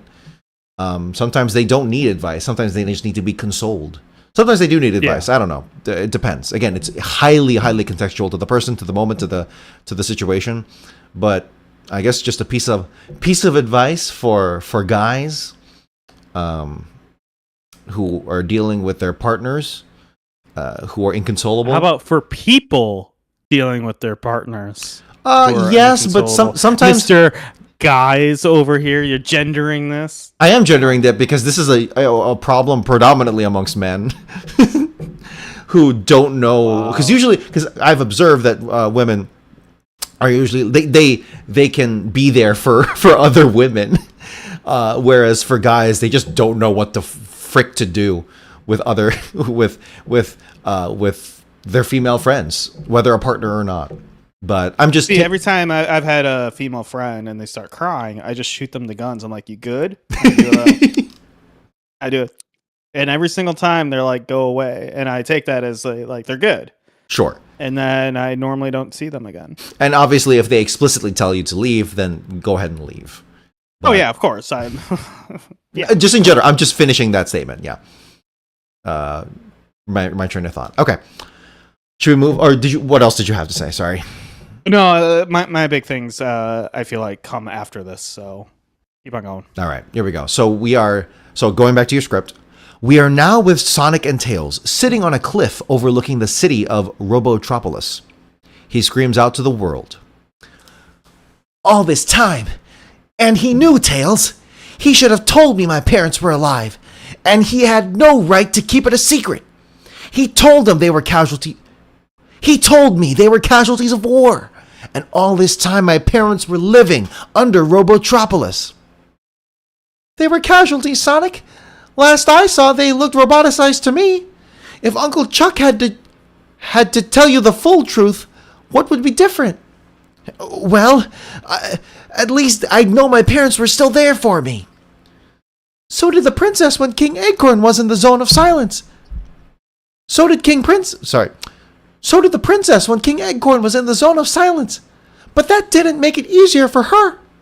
You probably wouldn't have seen them any more than we do Uncle Chuck, whom... You probably wouldn't have seen them any more... You probably wouldn't have seen them any more than we do Uncle Chuck, whom we didn't see much because of his work behind enemy lines. Chances are they'd have been off fighting the war just like him. Your point being, Uncle Chuck probably saw what Aunt Sally went through over her father. And, God damn it, Nick. Uncle Chuck probably saw what Aunt Sally saw through over her father? Went through with her father. And thought he was doing you a favor by not telling. Whatever his reasons, Uncle Chuck did what he... Okay. I'm not actually mad. Uncle Chuck probably saw what Aunt Sally went through her father and thought He was doing you a favor by not telling. Whatever his reasons, Uncle Chuck did what he loves. Uncle Chuck did what he did because he loves you. This line of reasoning, for some reason, works. The two leave for Mobotropolis. Later that night... No. We're going to stop right there. Okay. Because a lot just happened. Okay. Which is, I was just praising Ken Penders for having a good character moment. And then I'm going to completely do a 180 and say this is one of the dumbest fucking character moments that he's ever done. This is such a, like... working backwards kind of thing where it's like, this is where I want the conversation to end up. How do I get there? And he just decide like, obviously Sonic and Tails should be the ones having this conversation. I don't know. I don't think Tails would be saying the things he's saying in this context. I think it is. I mean, I think what Tails is saying is really fucking dumb. And I think what everyone's saying is really dumb. Let's actually talk it out, right? So, why do we think that Sonic's parents didn't want him to know that they were roboticized? For me, I think it's a tactical choice. Sonic has been known to be brash, has been known to be reckless, and it's his freaking parents, man. So if the moment he learns that they're in there, he's gonna go all out and rescue them, and potentially jeopardizing the spy network, potentially getting people hurt. Now that line of reasoning is kind of moot, because how many times have they gone into Robotropolis and done something extremely dangerous, gotten right up to Robotnik, and then left successfully, right? A bunch of times. But in this more grounded sense, I guess ignoring those other times, in this more grounded sense of and trying to be realistic about it, that is my go-to answer, which is it was a tactical choice, a strategic choice of like, hey, well, I guess more strategic choice of like, hey, our best weapon will be extremely emotionally unstable and potentially will get himself or others hurt and will interrupt our operations. So for those reasons, as a military matter, we can't let him know. I don't hate that. I think there's a logic there. I don't agree with it, but I get it.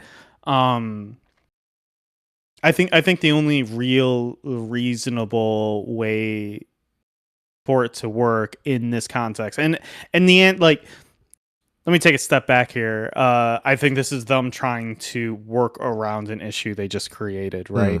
I think in a normal world, Uncle Chuck would have just been like, hey, yeah, I'm roboticized. Sonic seemed pretty chill with the fact that he was roboticized. I don't think he would, like, obviously he wouldn't have been happy that his parents were roboticized, but obviously he was fine with Uncle Chuck. And I think he'd be fine with his parents, and then he would know his parents. Like, how long has he been alone? And how long has he been hanging out with roboticized Uncle Chuck, right? Right. Like, he's essentially raising himself. Uncle Chuck isn't there a lot. Like, the logic here doesn't make a lot of sense for me. But maybe in the context of, like, No, I don't really see a scenario where it makes sense to hide the fact that Sonic's parents are roboticized. It's very like Ben Kenobi. What I told you was true from a certain point of view, right? Darth Vader's your father, right? Why didn't you tell him? I honestly think you have the best take. Where in like if that was the take that was put on the page, I'd be like, okay, sure. That's the only one that makes sense to me. Yeah.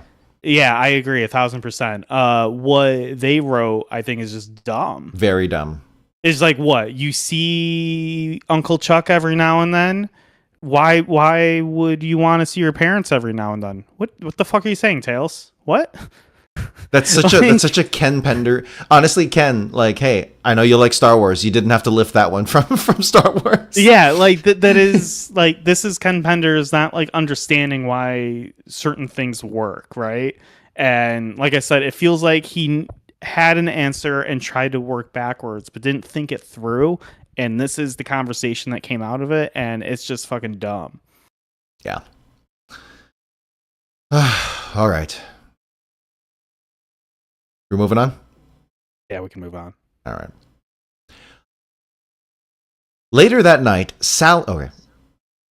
No, I'll wait for you to get to the page. I'm here. Okay. Later that night, Sally is alone, talking to Nicole, her robot PDA, when Jeffrey St. John walks up. Your service? In need of a friend tonight? More than ever. Well then, I'm just your mate.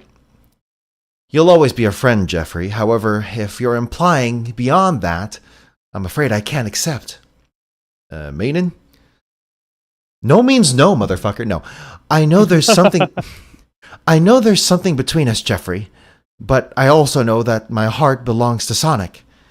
I can't go forward until I know what I have. Do you understand? Not really.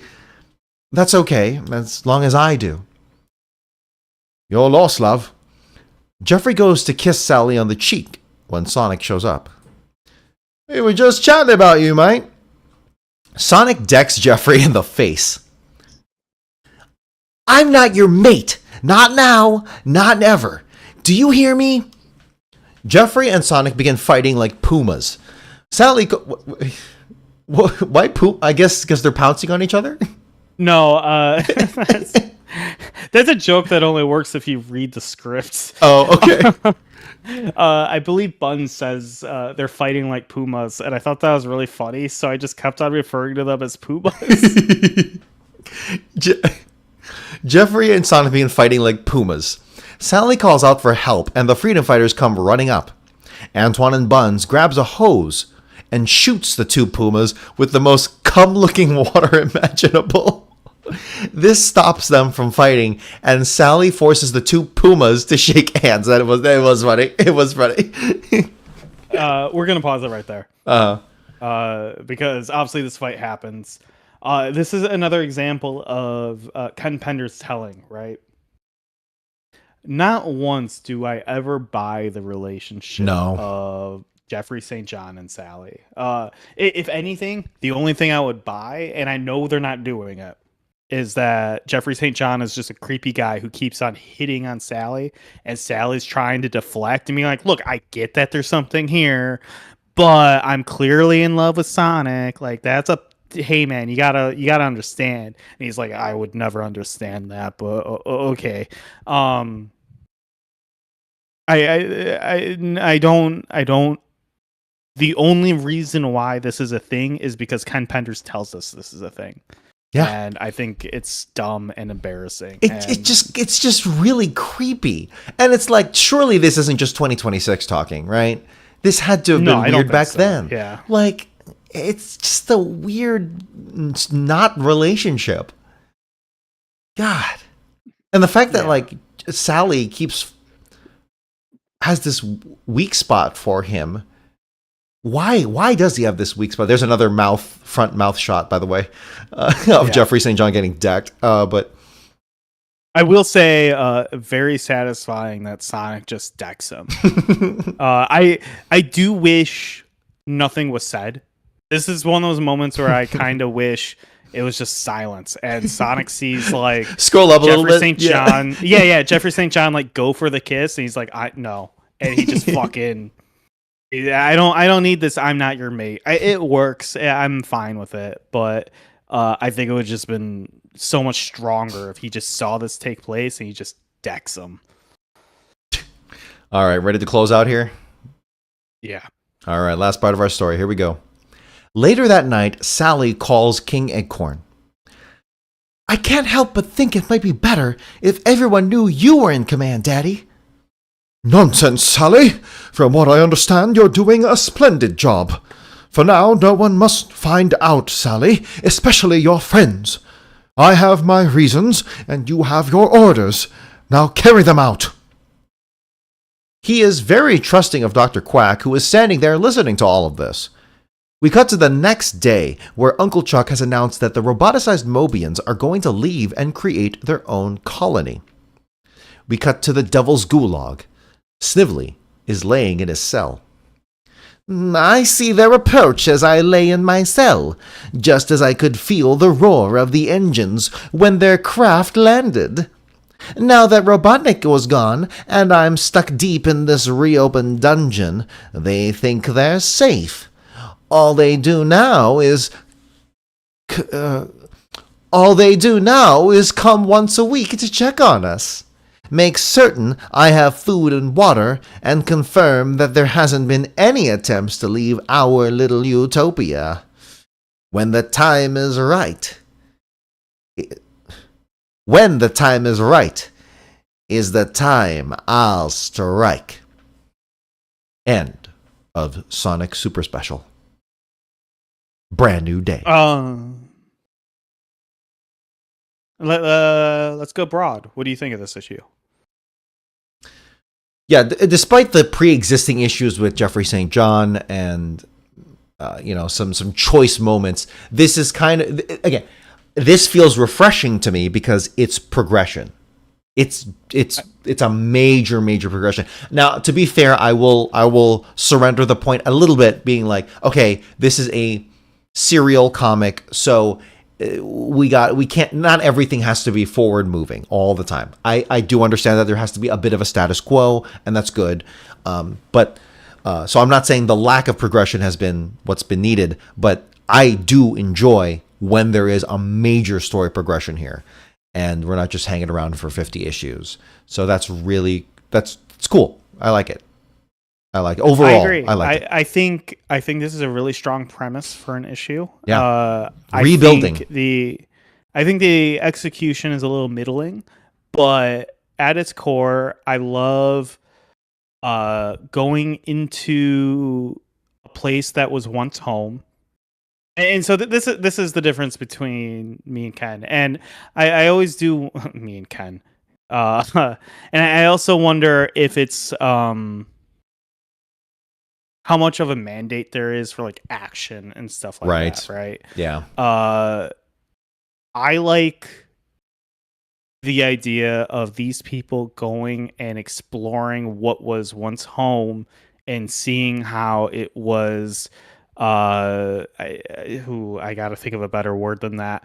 How it was changed forcibly into this mechanical, lifeless machine when it was once this lush and almost organic, almost breathing, right? Mm-hmm. That's the whole point of the first panel of this page, is you see the juxtaposition of this I mean, I don't know what it's like to live here in Mobius, or Mobotropolis, I should say, but it looks appealing. There's greenery, it looks futuristic, blah blah blah, and I love seeing that image juxtaposed to this desolate wasteland of machines and wiring and oil and like pollution, and them going through and just being like,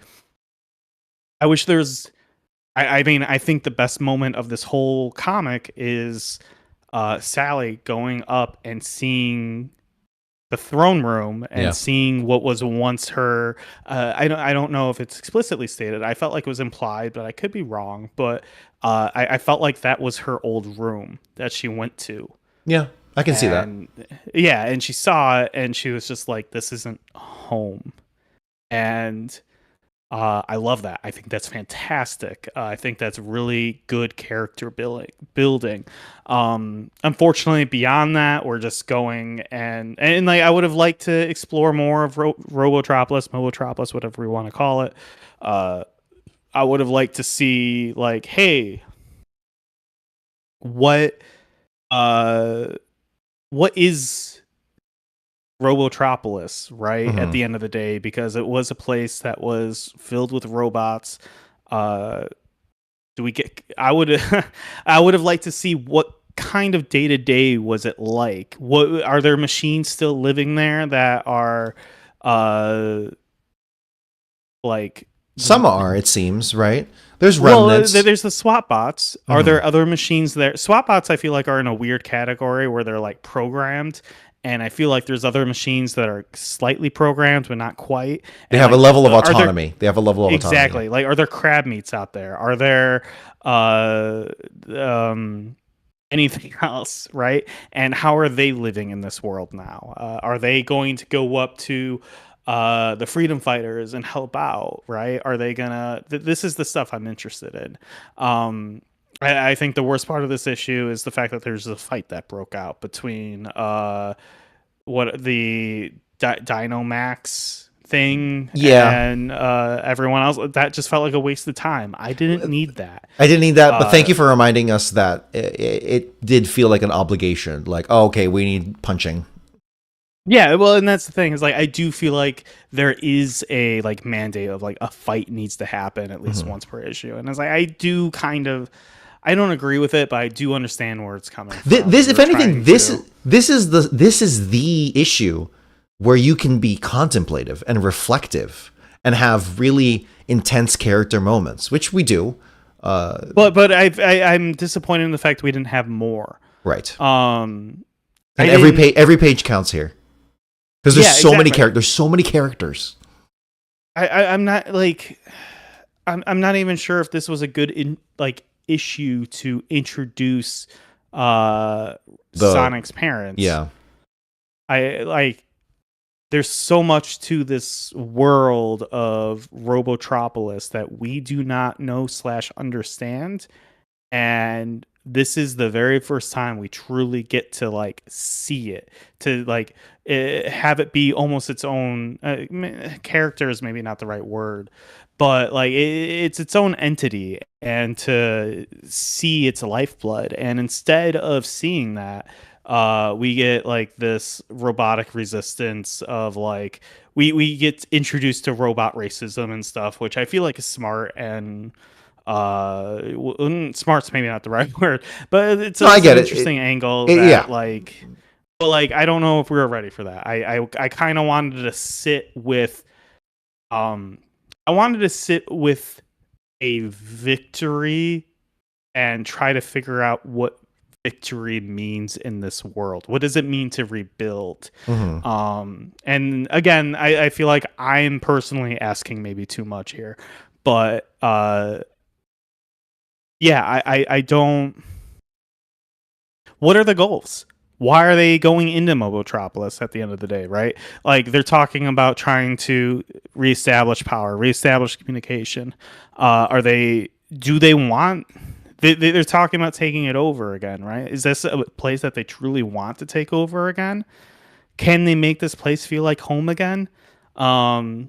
These are questions I would have liked asked, right? And instead we get we can't trust Uncle Chuck.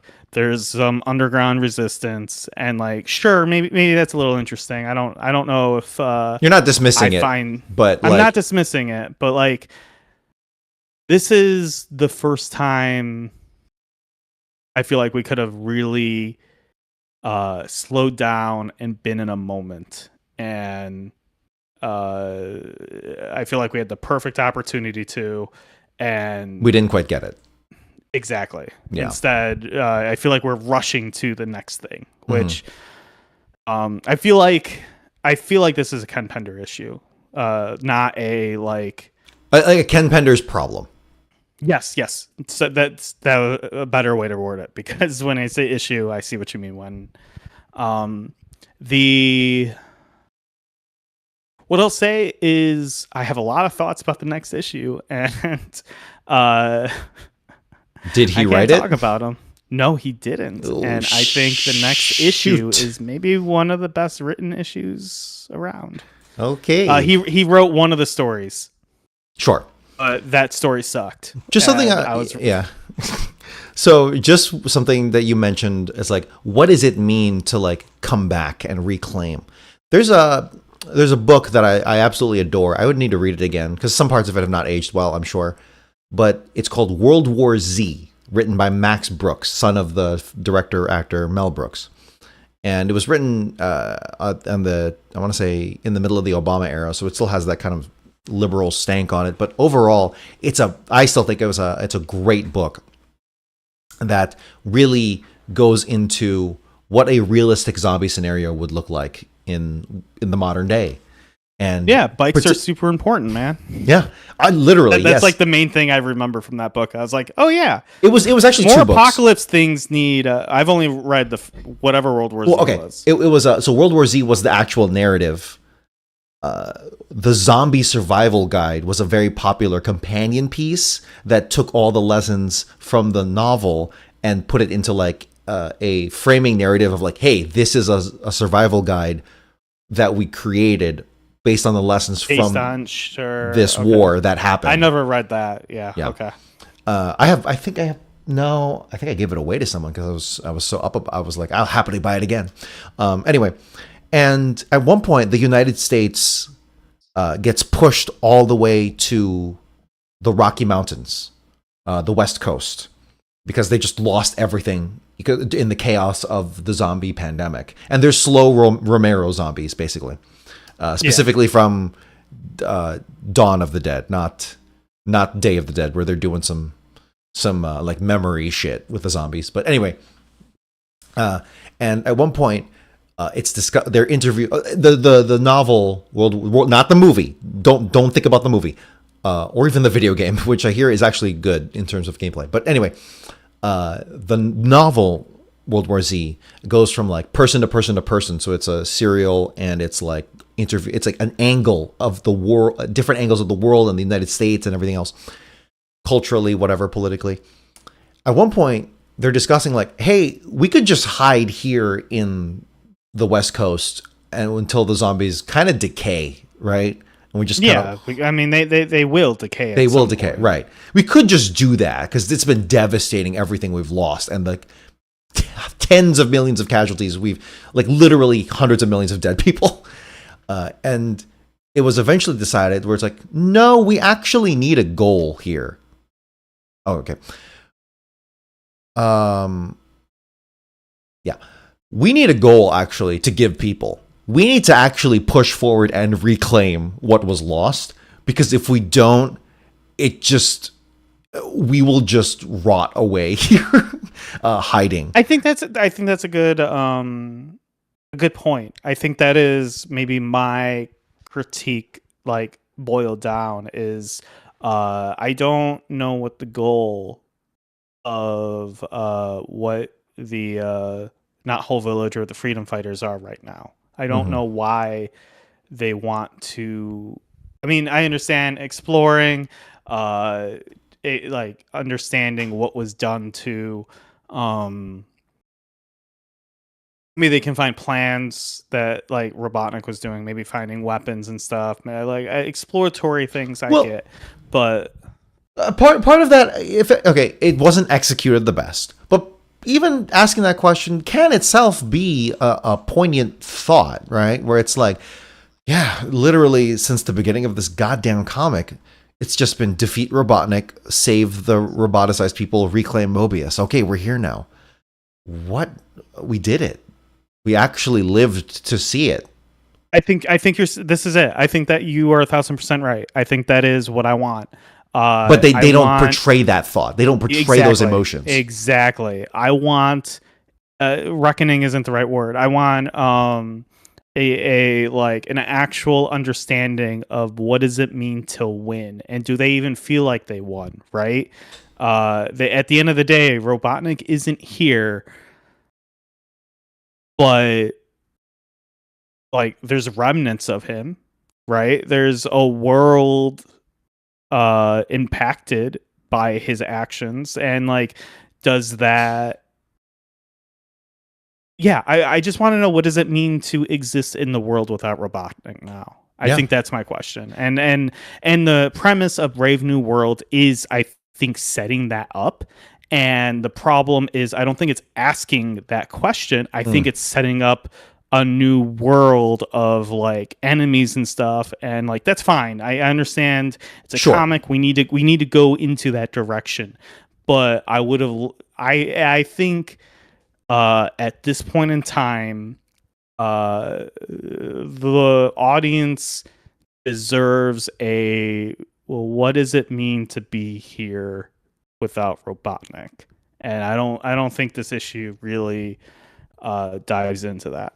No, it doesn't focus on that at all. Maybe suggests it in like the last page, but no, it's not hitting there for us exactly. I mean, you're right. There are tons. I mean, we see this in history all the time about like, okay, the Tsar has been overthrown during this Russian Revolution. What happens now? Well, it turns out a shit ton happened.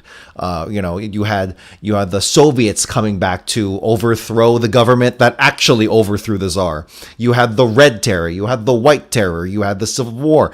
You had all these small groups. You had the anarchists fighting the Soviets. You had, Germany was still fighting the Russia during that time too. So much was happening. That's probably one of the best examples. But just all the time, you see revolutions actually overthrowing the status quo.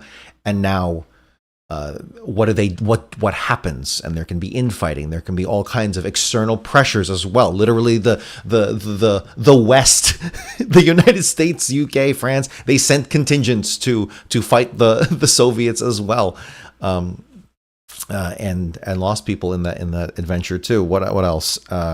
The fall of the Soviet Union itself, right? What happens to the people of these countries and of Russia itself in the wake of the fall of the USSR? Turns out they didn't know either, and it turned into a whole lot of fighting, and then they just settled for a strong man who's in power to this day, right? So there are all kinds of lessons or all kinds of ways you can branch off into. But yes, brand new day. It just kind of moved on from this. I agree. Do you think they'll eventually move into, we'll call it Mobotropolis? Mobotropolis. I actually think so, because the cartoon was all set in. It never got this far. I don't think it did. Right? No, it didn't. It enjoyed that status quo. And to be fair, it was a Saturday morning cartoon show. Sure. I guess it didn't have the guns to really pursue anything beyond that, or I guess the funding or confidence from the studio. But either way, I actually am excited to see. And I should say, like before, that's all I knew of Archie Sonic was just this underground rebel force in Knothole Village that is just, and then the status quo of Robotnik being on top. If anything, the parallel cartoon series, Adventures of Sonic the Hedgehog, was an abstracted version of that. So really, in all sense, 90 Sonic was just, pre-Sonic Adventure, it was just that. Now we have a kind of dual power here. We have parody. We have a multipolar world. It's not just Eggman. It's not just Robotnik anymore. And I'm actually very excited to see what happens, how we move on from that. Well, and so, obviously I super am too. I think that's why I was so disappointed. I don't want to say like super disappointed. I think this is a fine issue. I don't actually have like a real problems with it. We went hard on some points, on some moments, but on the whole, I was like, okay, yeah, I'm feeling this. I'm feeling the general vibe. I feel like my ask of this comic is that of an insane person, right? It's too much. Don't think a lot. Yeah, I don't know if a lot of like pieces of art, like comics, TV shows, stuff like that, would like delve into what I want, which is fine. I mean, I understand I'm a weirdo, but you should see what he wants from Spider-Man. Oh, Spider-Man game. I've talked about it on this podcast. I want a Persona Spider-Man game. Yeah, he doesn't want actually like an open world fighting Spider-Man game. It's just the parts about Peter Parker's life. Trying to okay, your side. Obviously, the whole point of Spider-Man is he needs to be balancing his work life, school balance. Like, of course, that's what I want. But whatever. Hey, man.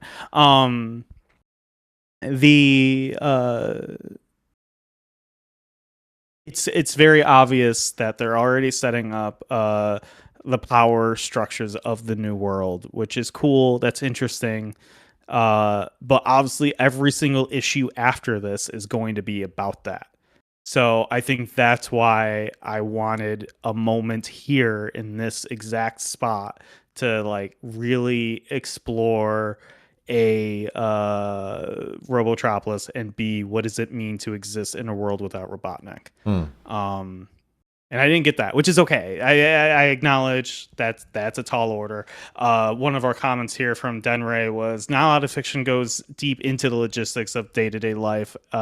Looks like after you say apocalypse, I think that might be a strong verbiage here for what they're experiencing. But the point stands where what does it mean to live in the world after the war is, quote, won, lost, however you want to word it.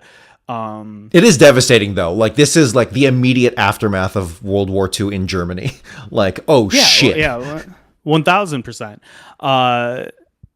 And so yeah, that's I wanted that exploration, and I get that was a tall ask. World War II was an apocalypse for the Nazis. Actually, Loki, I've always said this. Do you know the movie Downfall, also known as the Ututang?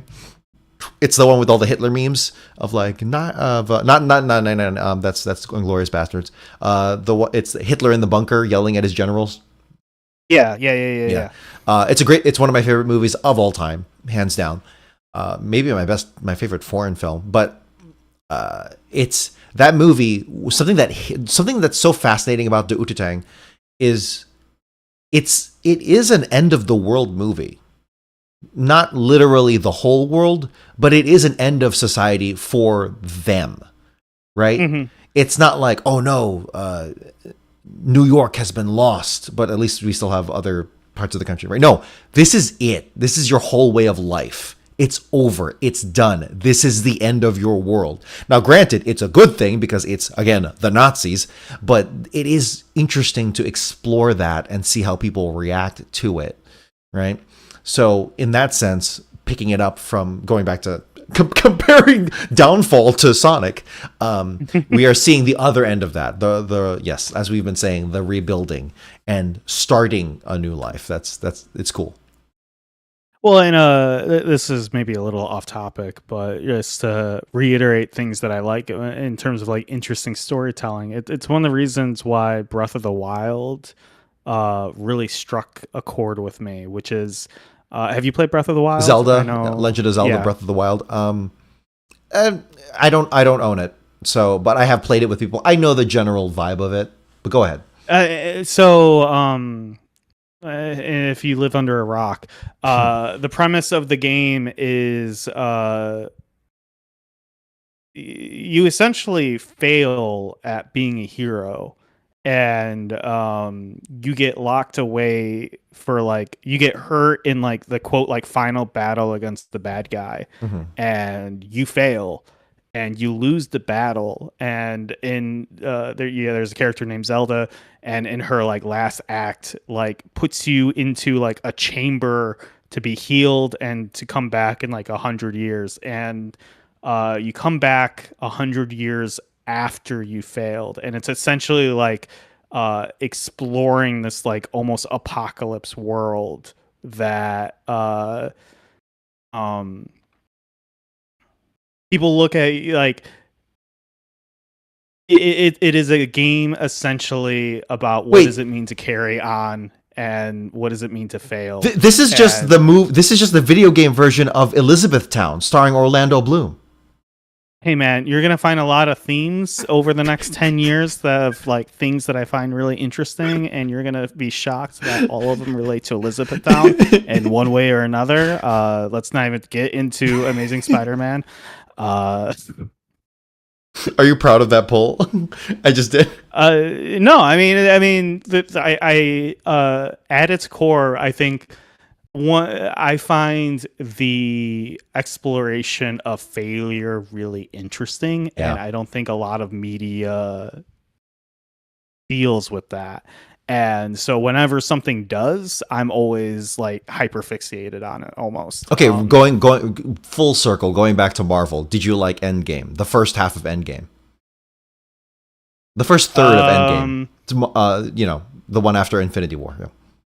I don't know. I would have to Okay. rewatch it. I haven't seen it. I saw it in theaters, and I remember walking out of it being like, I didn't think that was great. Mm-hmm. So do with that what you will. Sure, but that's for a whole host of other reasons. But yeah.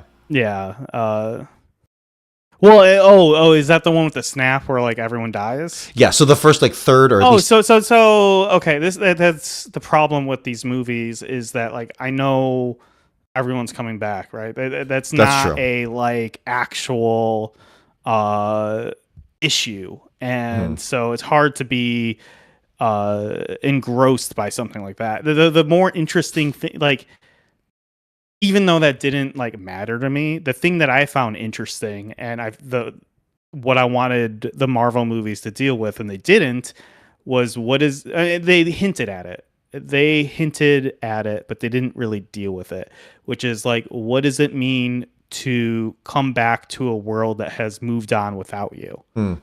And I wanted those stories. I wanted I don't know what heroes got snapped and which ones didn't, right? But I wanted a world where it's like, oh, Spider-Man got snapped, right? You come back 4 years later and now like MJ is married to someone and like your friends from high school, like they're in college, but you're still in high school. Yeah. You haven't seen Brand New Day, right? No. You should watch Brand New Day. Yeah, I do want to. Well, like I based on your reaction, I assume because I know the world forgets about Peter Parker and stuff. I assume it's kind of dealing with all that stuff. With the consequences of that. It's really dumb they didn't already do that when he got snapped, right? Like the idea, and I don't remember how it worked, but like, unless if everyone that he knew got snapped with him, which like sure. I'll accept it, but it'd be really interesting to like, oh, my best friend is in college. Does he really want to hang out with some like 16-year-old kid when he's 20? Like those are the cool things I would want to explore in that world. And instead, like they hinted at some of that. But not enough. They didn't do a story about it, right? Yeah, and it's just like it's just a thing that happened, and I find that really disappointing. Yeah. All right. Sorry, I brought you into a lot of tangents, but I was actually bringing a lot of threads that we had picked up before. So where did you want to end this? I'll say overall, I think it was an interesting issue. I like the fact that the world is moving forward, and I like the fact that it's moving forward without Robotnik. It seems like that's actually going to stick for at least a little bit. At least I know he's going to come back, of course, but like, yeah, I hope we get some time without him at all, and we delve into some issues either internally.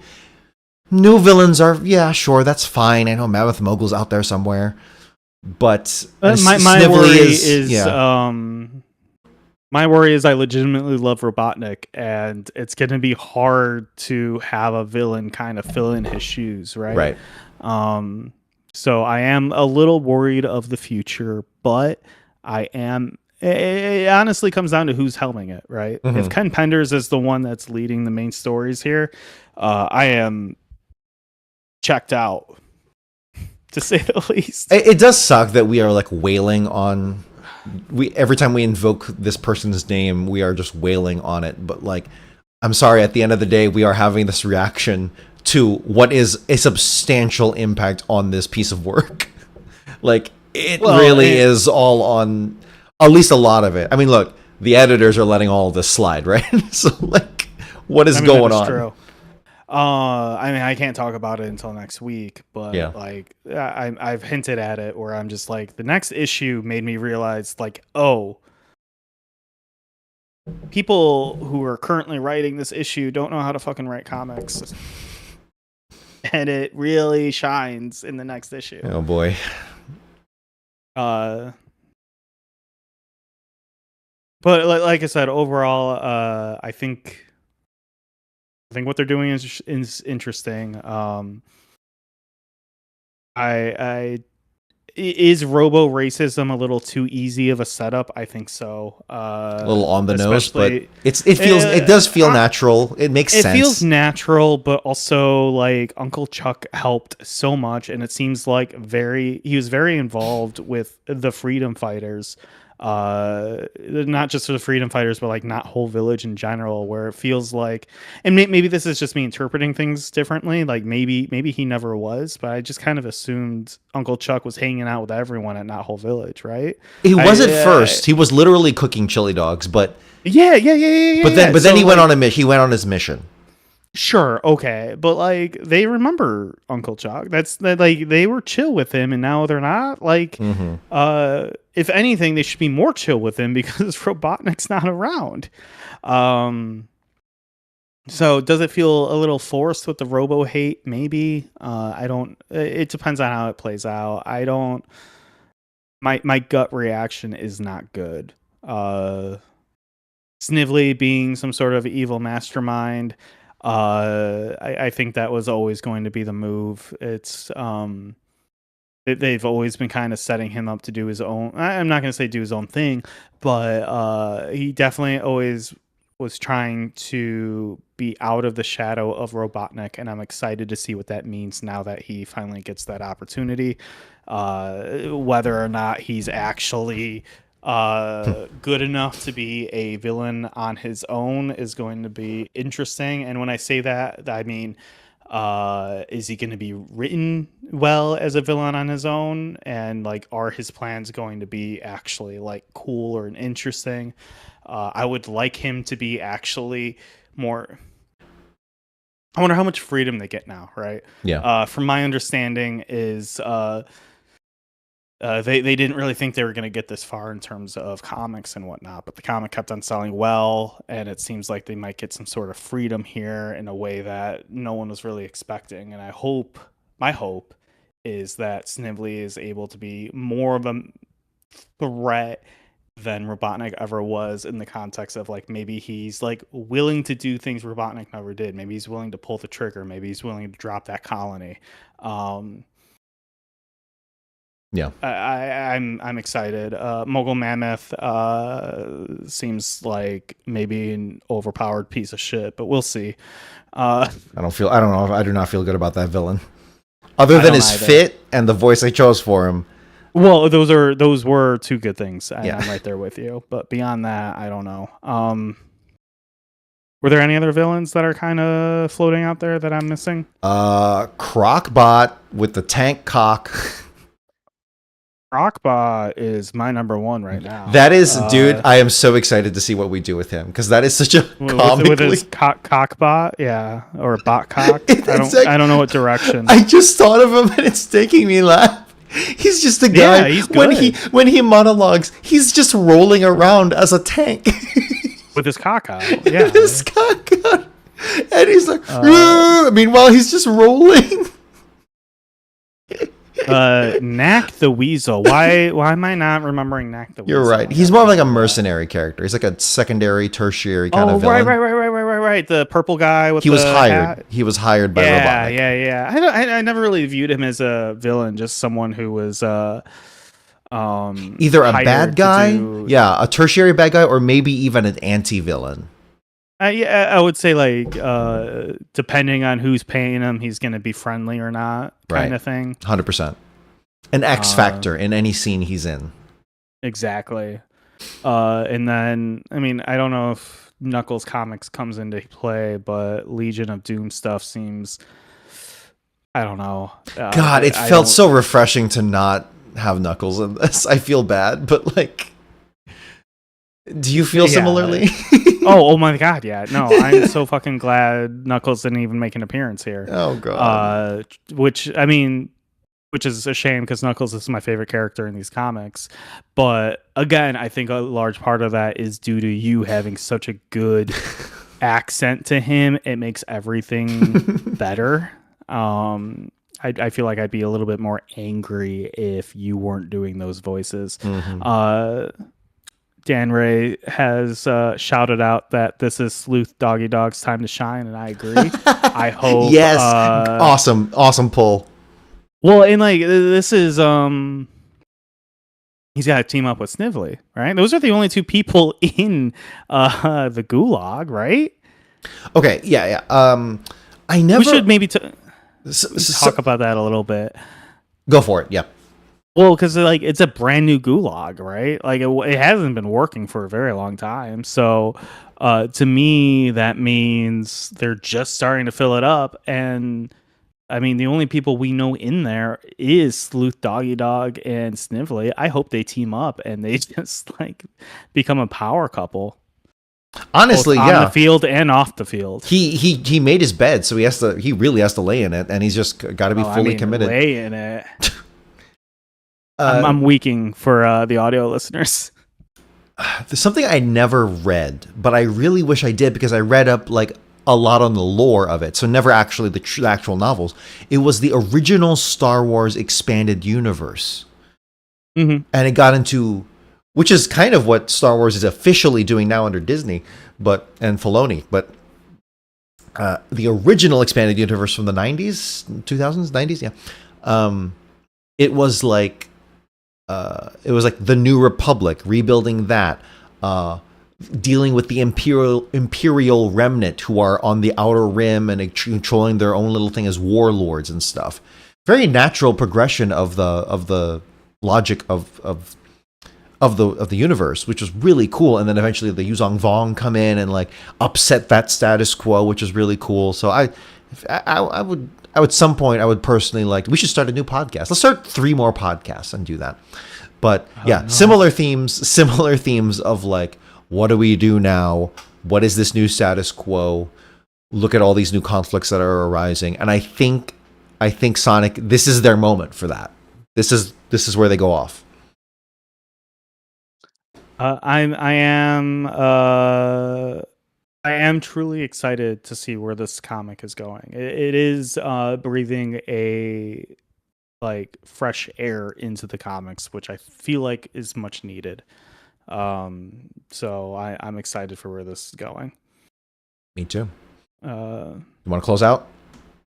Yeah, and Dan Ray also makes a fantastic point. Thank you for all your comments this issue. That era of Star Wars, while parallels these comics, has a lot less echidnas, and that's true. That's and echidnas are why we're even. If it's not for the echidnas, what is this even for? What are we even doing? You know. I was hoping I was able to kind of keep on ranting off that little bit until I got to the outro script, which I just got to.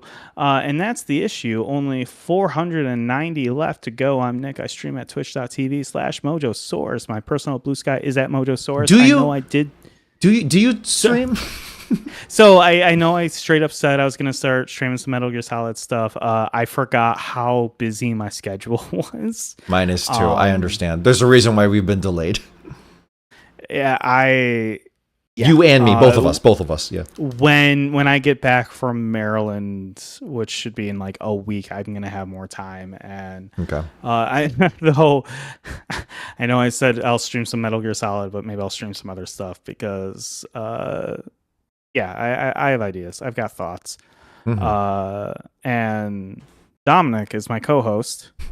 I'm Dominic. You can follow my jazz adventures in Chicago, jazz and people power adventures in Chicago at Blue Collar Jazz, and my personal Blue Sky is at Dom Guan. I'm starting to use that more, particularly for news things. It honestly, my feed is just like, hey, what's the local state repression going on in Chicagoland right now? That's basically my feed.